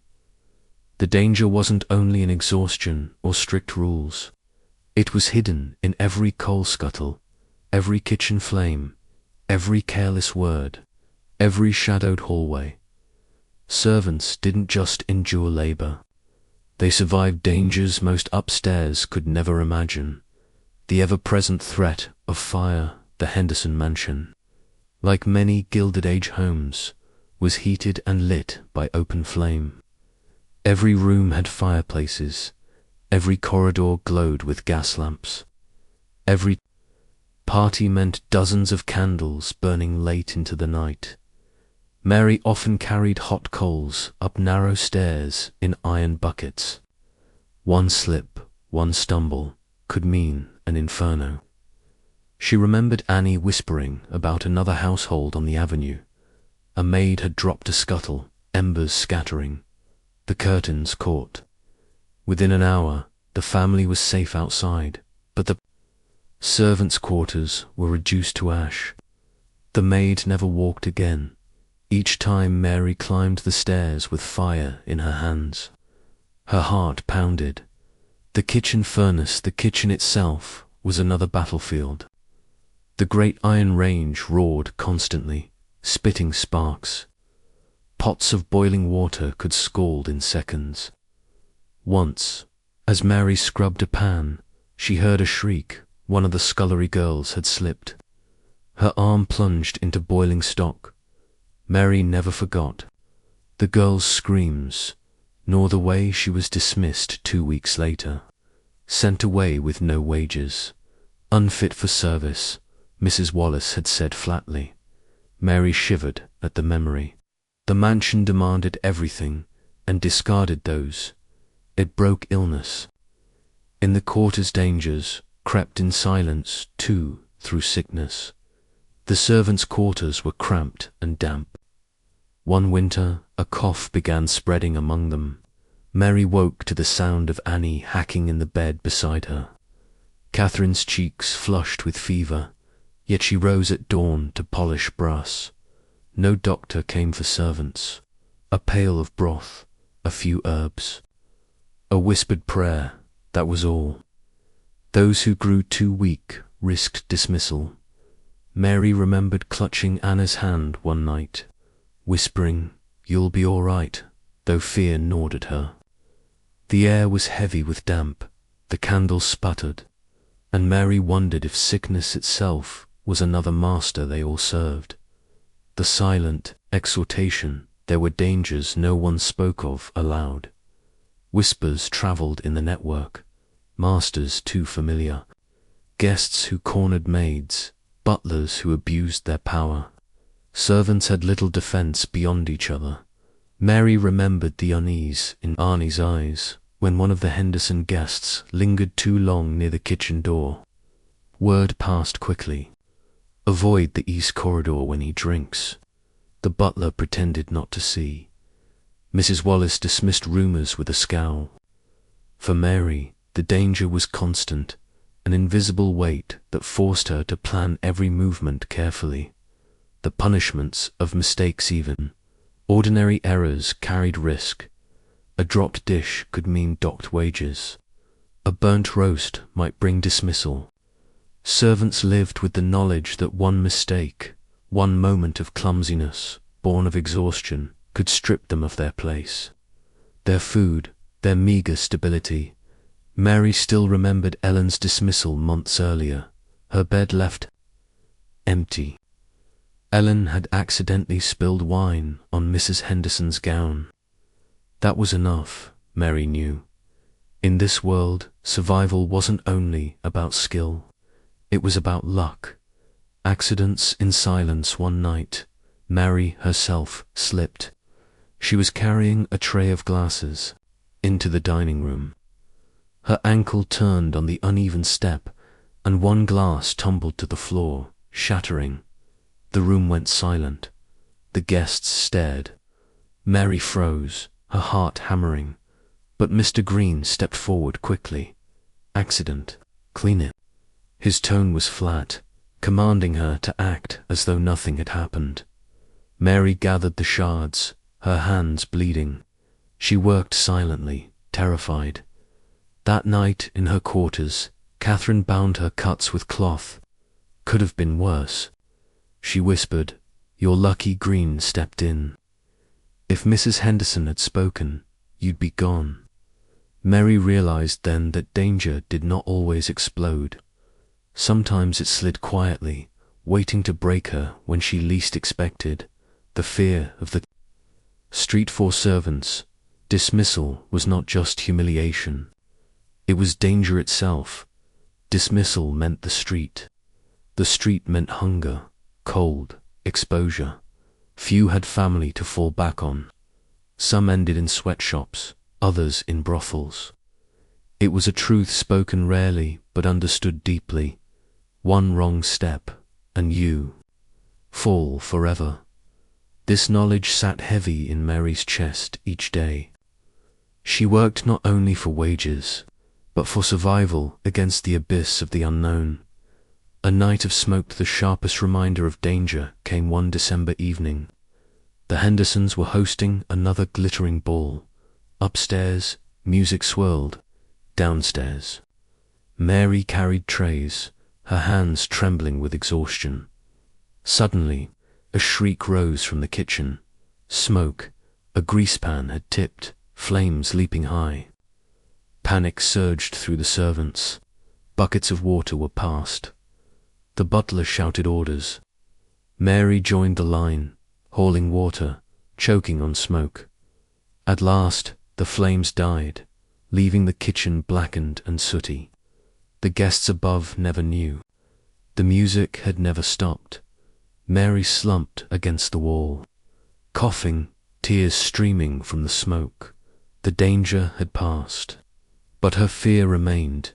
Their lives, their safety, their very existence, all could burn away in an instant, unseen, unacknowledged. Reflection? For the viewer, pause here. Imagine living in a world where a single mistake, a single cough, a single slip could mean ruin. Where fire, sickness, or abuse lurked in every corner of your workplace, yet you had no choice but to endure. That was Mary's life. That was the life of millions. Their labor was harsh, but the hidden dangers were harsher still. Closing of Act 12 by year's end. Mary understood something deeper than fatigue. Survival was fragile. Every day carried risks unseen by the Hendersons: fire, sickness, abuse, mistakes. Each could end her service, her livelihood, even her life. And yet she endured. She endured because she had no choice. She endured because the whispering network of servants had taught her how. She endured because to stop enduring meant to vanish into the shadows altogether. Mary had survived fire, exhaustion, and endless scoldings. She had learned to carry trays, polish silver, and navigate the whispering networks of servants across the city. Yet beneath it all, a quieter truth pressed against her chest. Loneliness. At 16, she was too young to feel so old, and too old to remain a child. The world of service demanded obedience, but her heart still beat with its own rhythm, yearning for something beyond orders and chores. Some nights, lying in her iron bed, Mary would hear the muffled laughter of the Henderson daughters upstairs, gossiping about suitors. She imagined what it might be like to feel chosen, desired, loved. But love for servants was dangerous. Love could cost everything. It began with small things. The Hendersons' footman, Thomas, was a tall, quiet boy only. A few years older than Mary. He often stood at attention in the hallways, his face expressionless. But sometimes, when Mary passed carrying trays, she caught him glancing, just a flicker of recognition, a softening of the eyes. At first she ignored it. Then, one evening, she dared to glance back. For a heartbeat, their eyes met. The moment was nothing, yet it warmed her chest like a fire. Mary soon learned she was not alone. Annie confessed one night, whispering in their quarters. "There's a clerk at the grocer's," she said, grinning. "He slips me a sweet now and then." Catherine scolded softly, "Careful. If Mrs. Wallace catches wind, you'll be out on the street." But Annie only shrugged. "If the world won't give us kindness, we'll steal it where we can." Mary smiled faintly, though she felt a pang of envy. Even forbidden crumbs of affection seemed richer than anything she had dotted. Was unspoken but well known. Servants who courted within a household risked dismissal. Mr. Green once said it outright, his tone cold as stone. Romance breeds distraction. We are here to serve, not to entangle ourselves. Mary felt her cheeks flush, though no one accused her. She knew that even longing itself felt dangerous. One afternoon, as Mary returned from the market, Thomas appeared at the service door, as though by accident. He did not speak. Instead, he slipped a folded piece of paper into her hand. Her breath caught. A note. That night, she unfolded it in the flickering candlelight of her bed. The words were simple. "You work harder than anyone. Do not forget you are seen." Mary pressed the paper to her chest, her eyes stinging. For once, she felt visible not only for her labor, but for herself. They never spoke openly. Their exchanges were fleeting.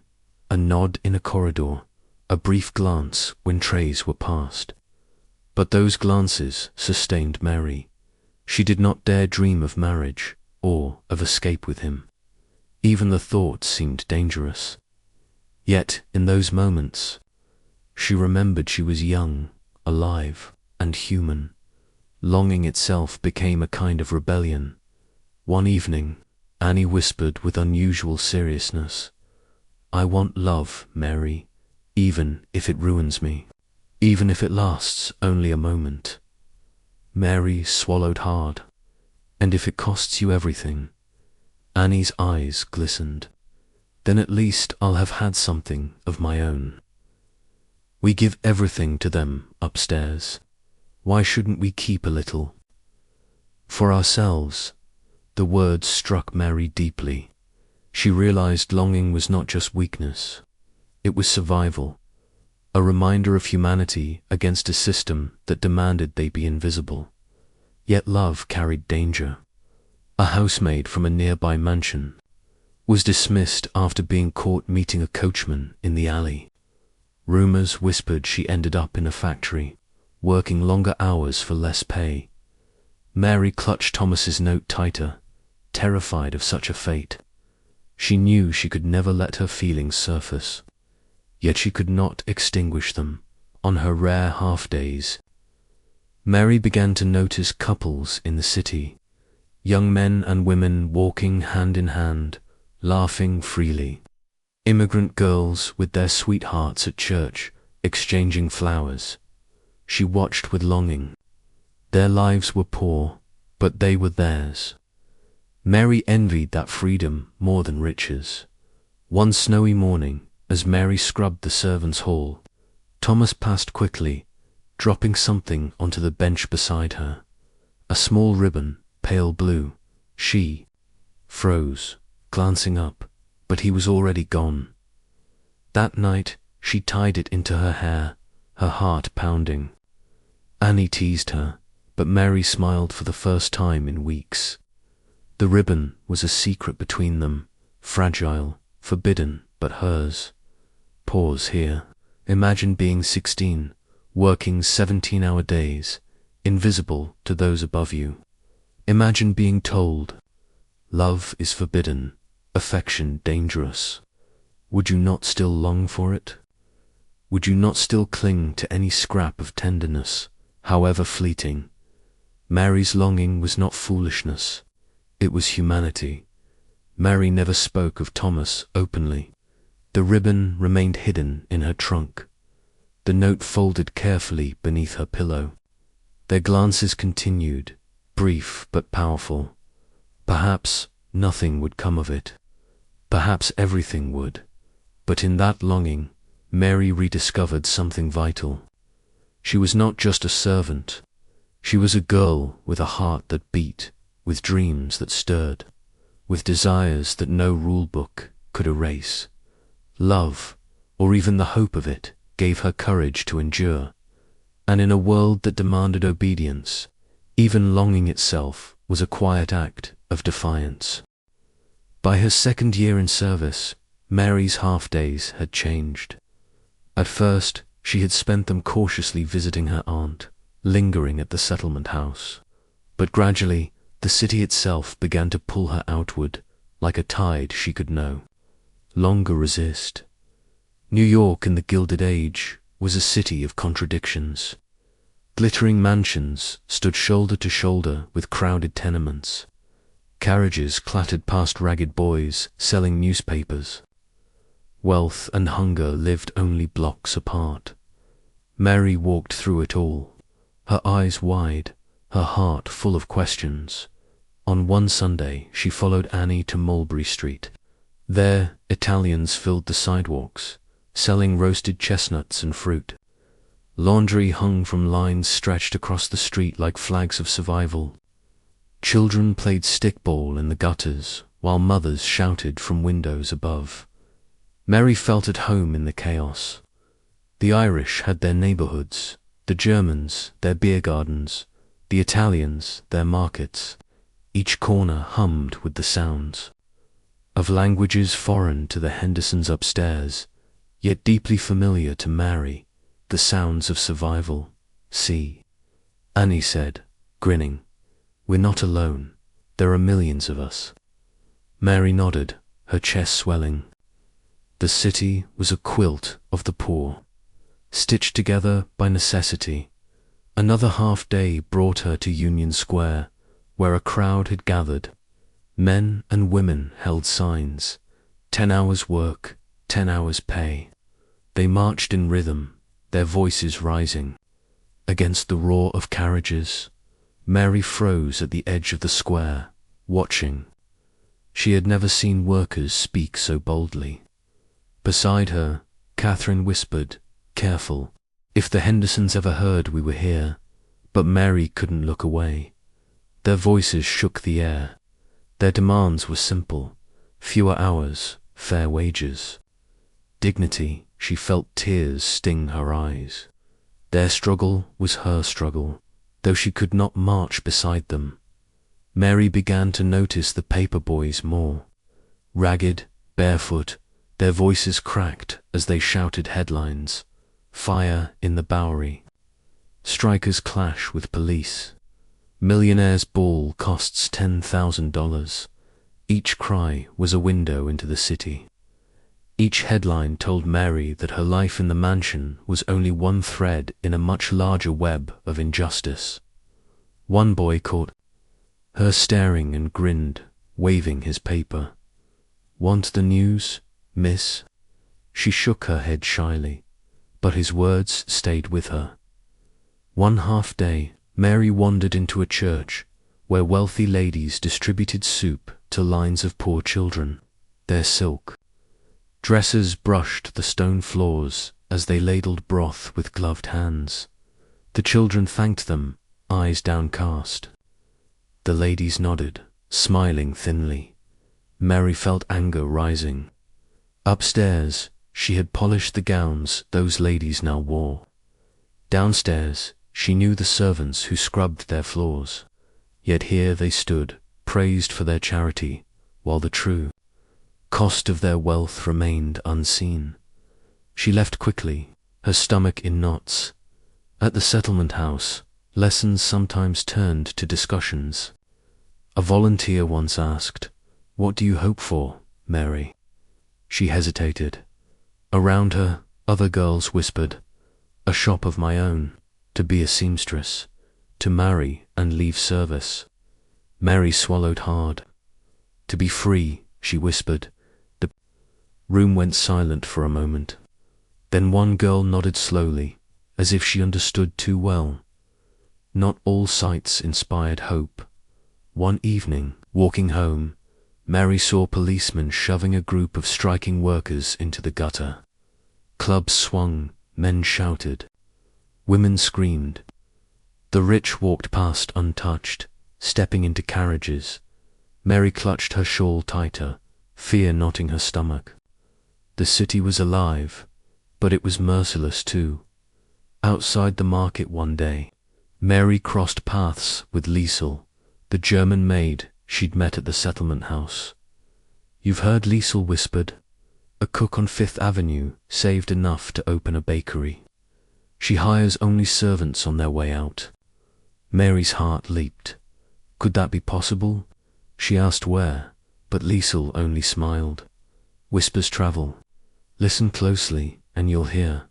For Mary, the story was more than gossip. It was proof. Escape routes existed as the months passed. Mary began to feel two lives tugging at her. Inside the mansion, she was invisible, bound by rules. Outside, on half-days, the city showed her 1,000 faces, 1,000 struggles, 1,000 hopes. She longed to belong to that world, messy, poor, loud, but free. One evening, as she walked home past gas lamps glowing in the fog, she whispered to herself, "One day, I'll walk these streets and never return to that door." Pause here.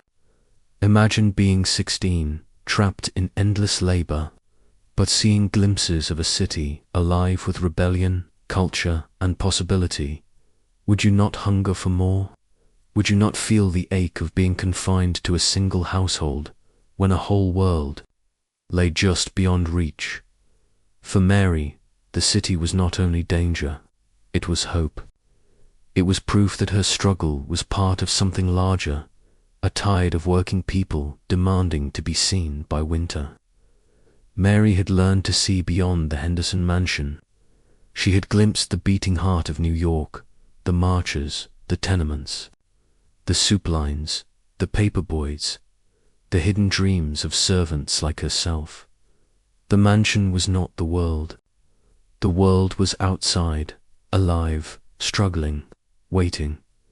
And though Mary still returned each night to her iron bed and cracked hands, she carried within her a new knowledge. She was not alone, and she was not powerless. The city itself was a mirror of her own life, glittering at the top, suffering at the bottom, but restless with change. Mary sat at the edge of her iron bed, candlelight flickering against the cracked plaster.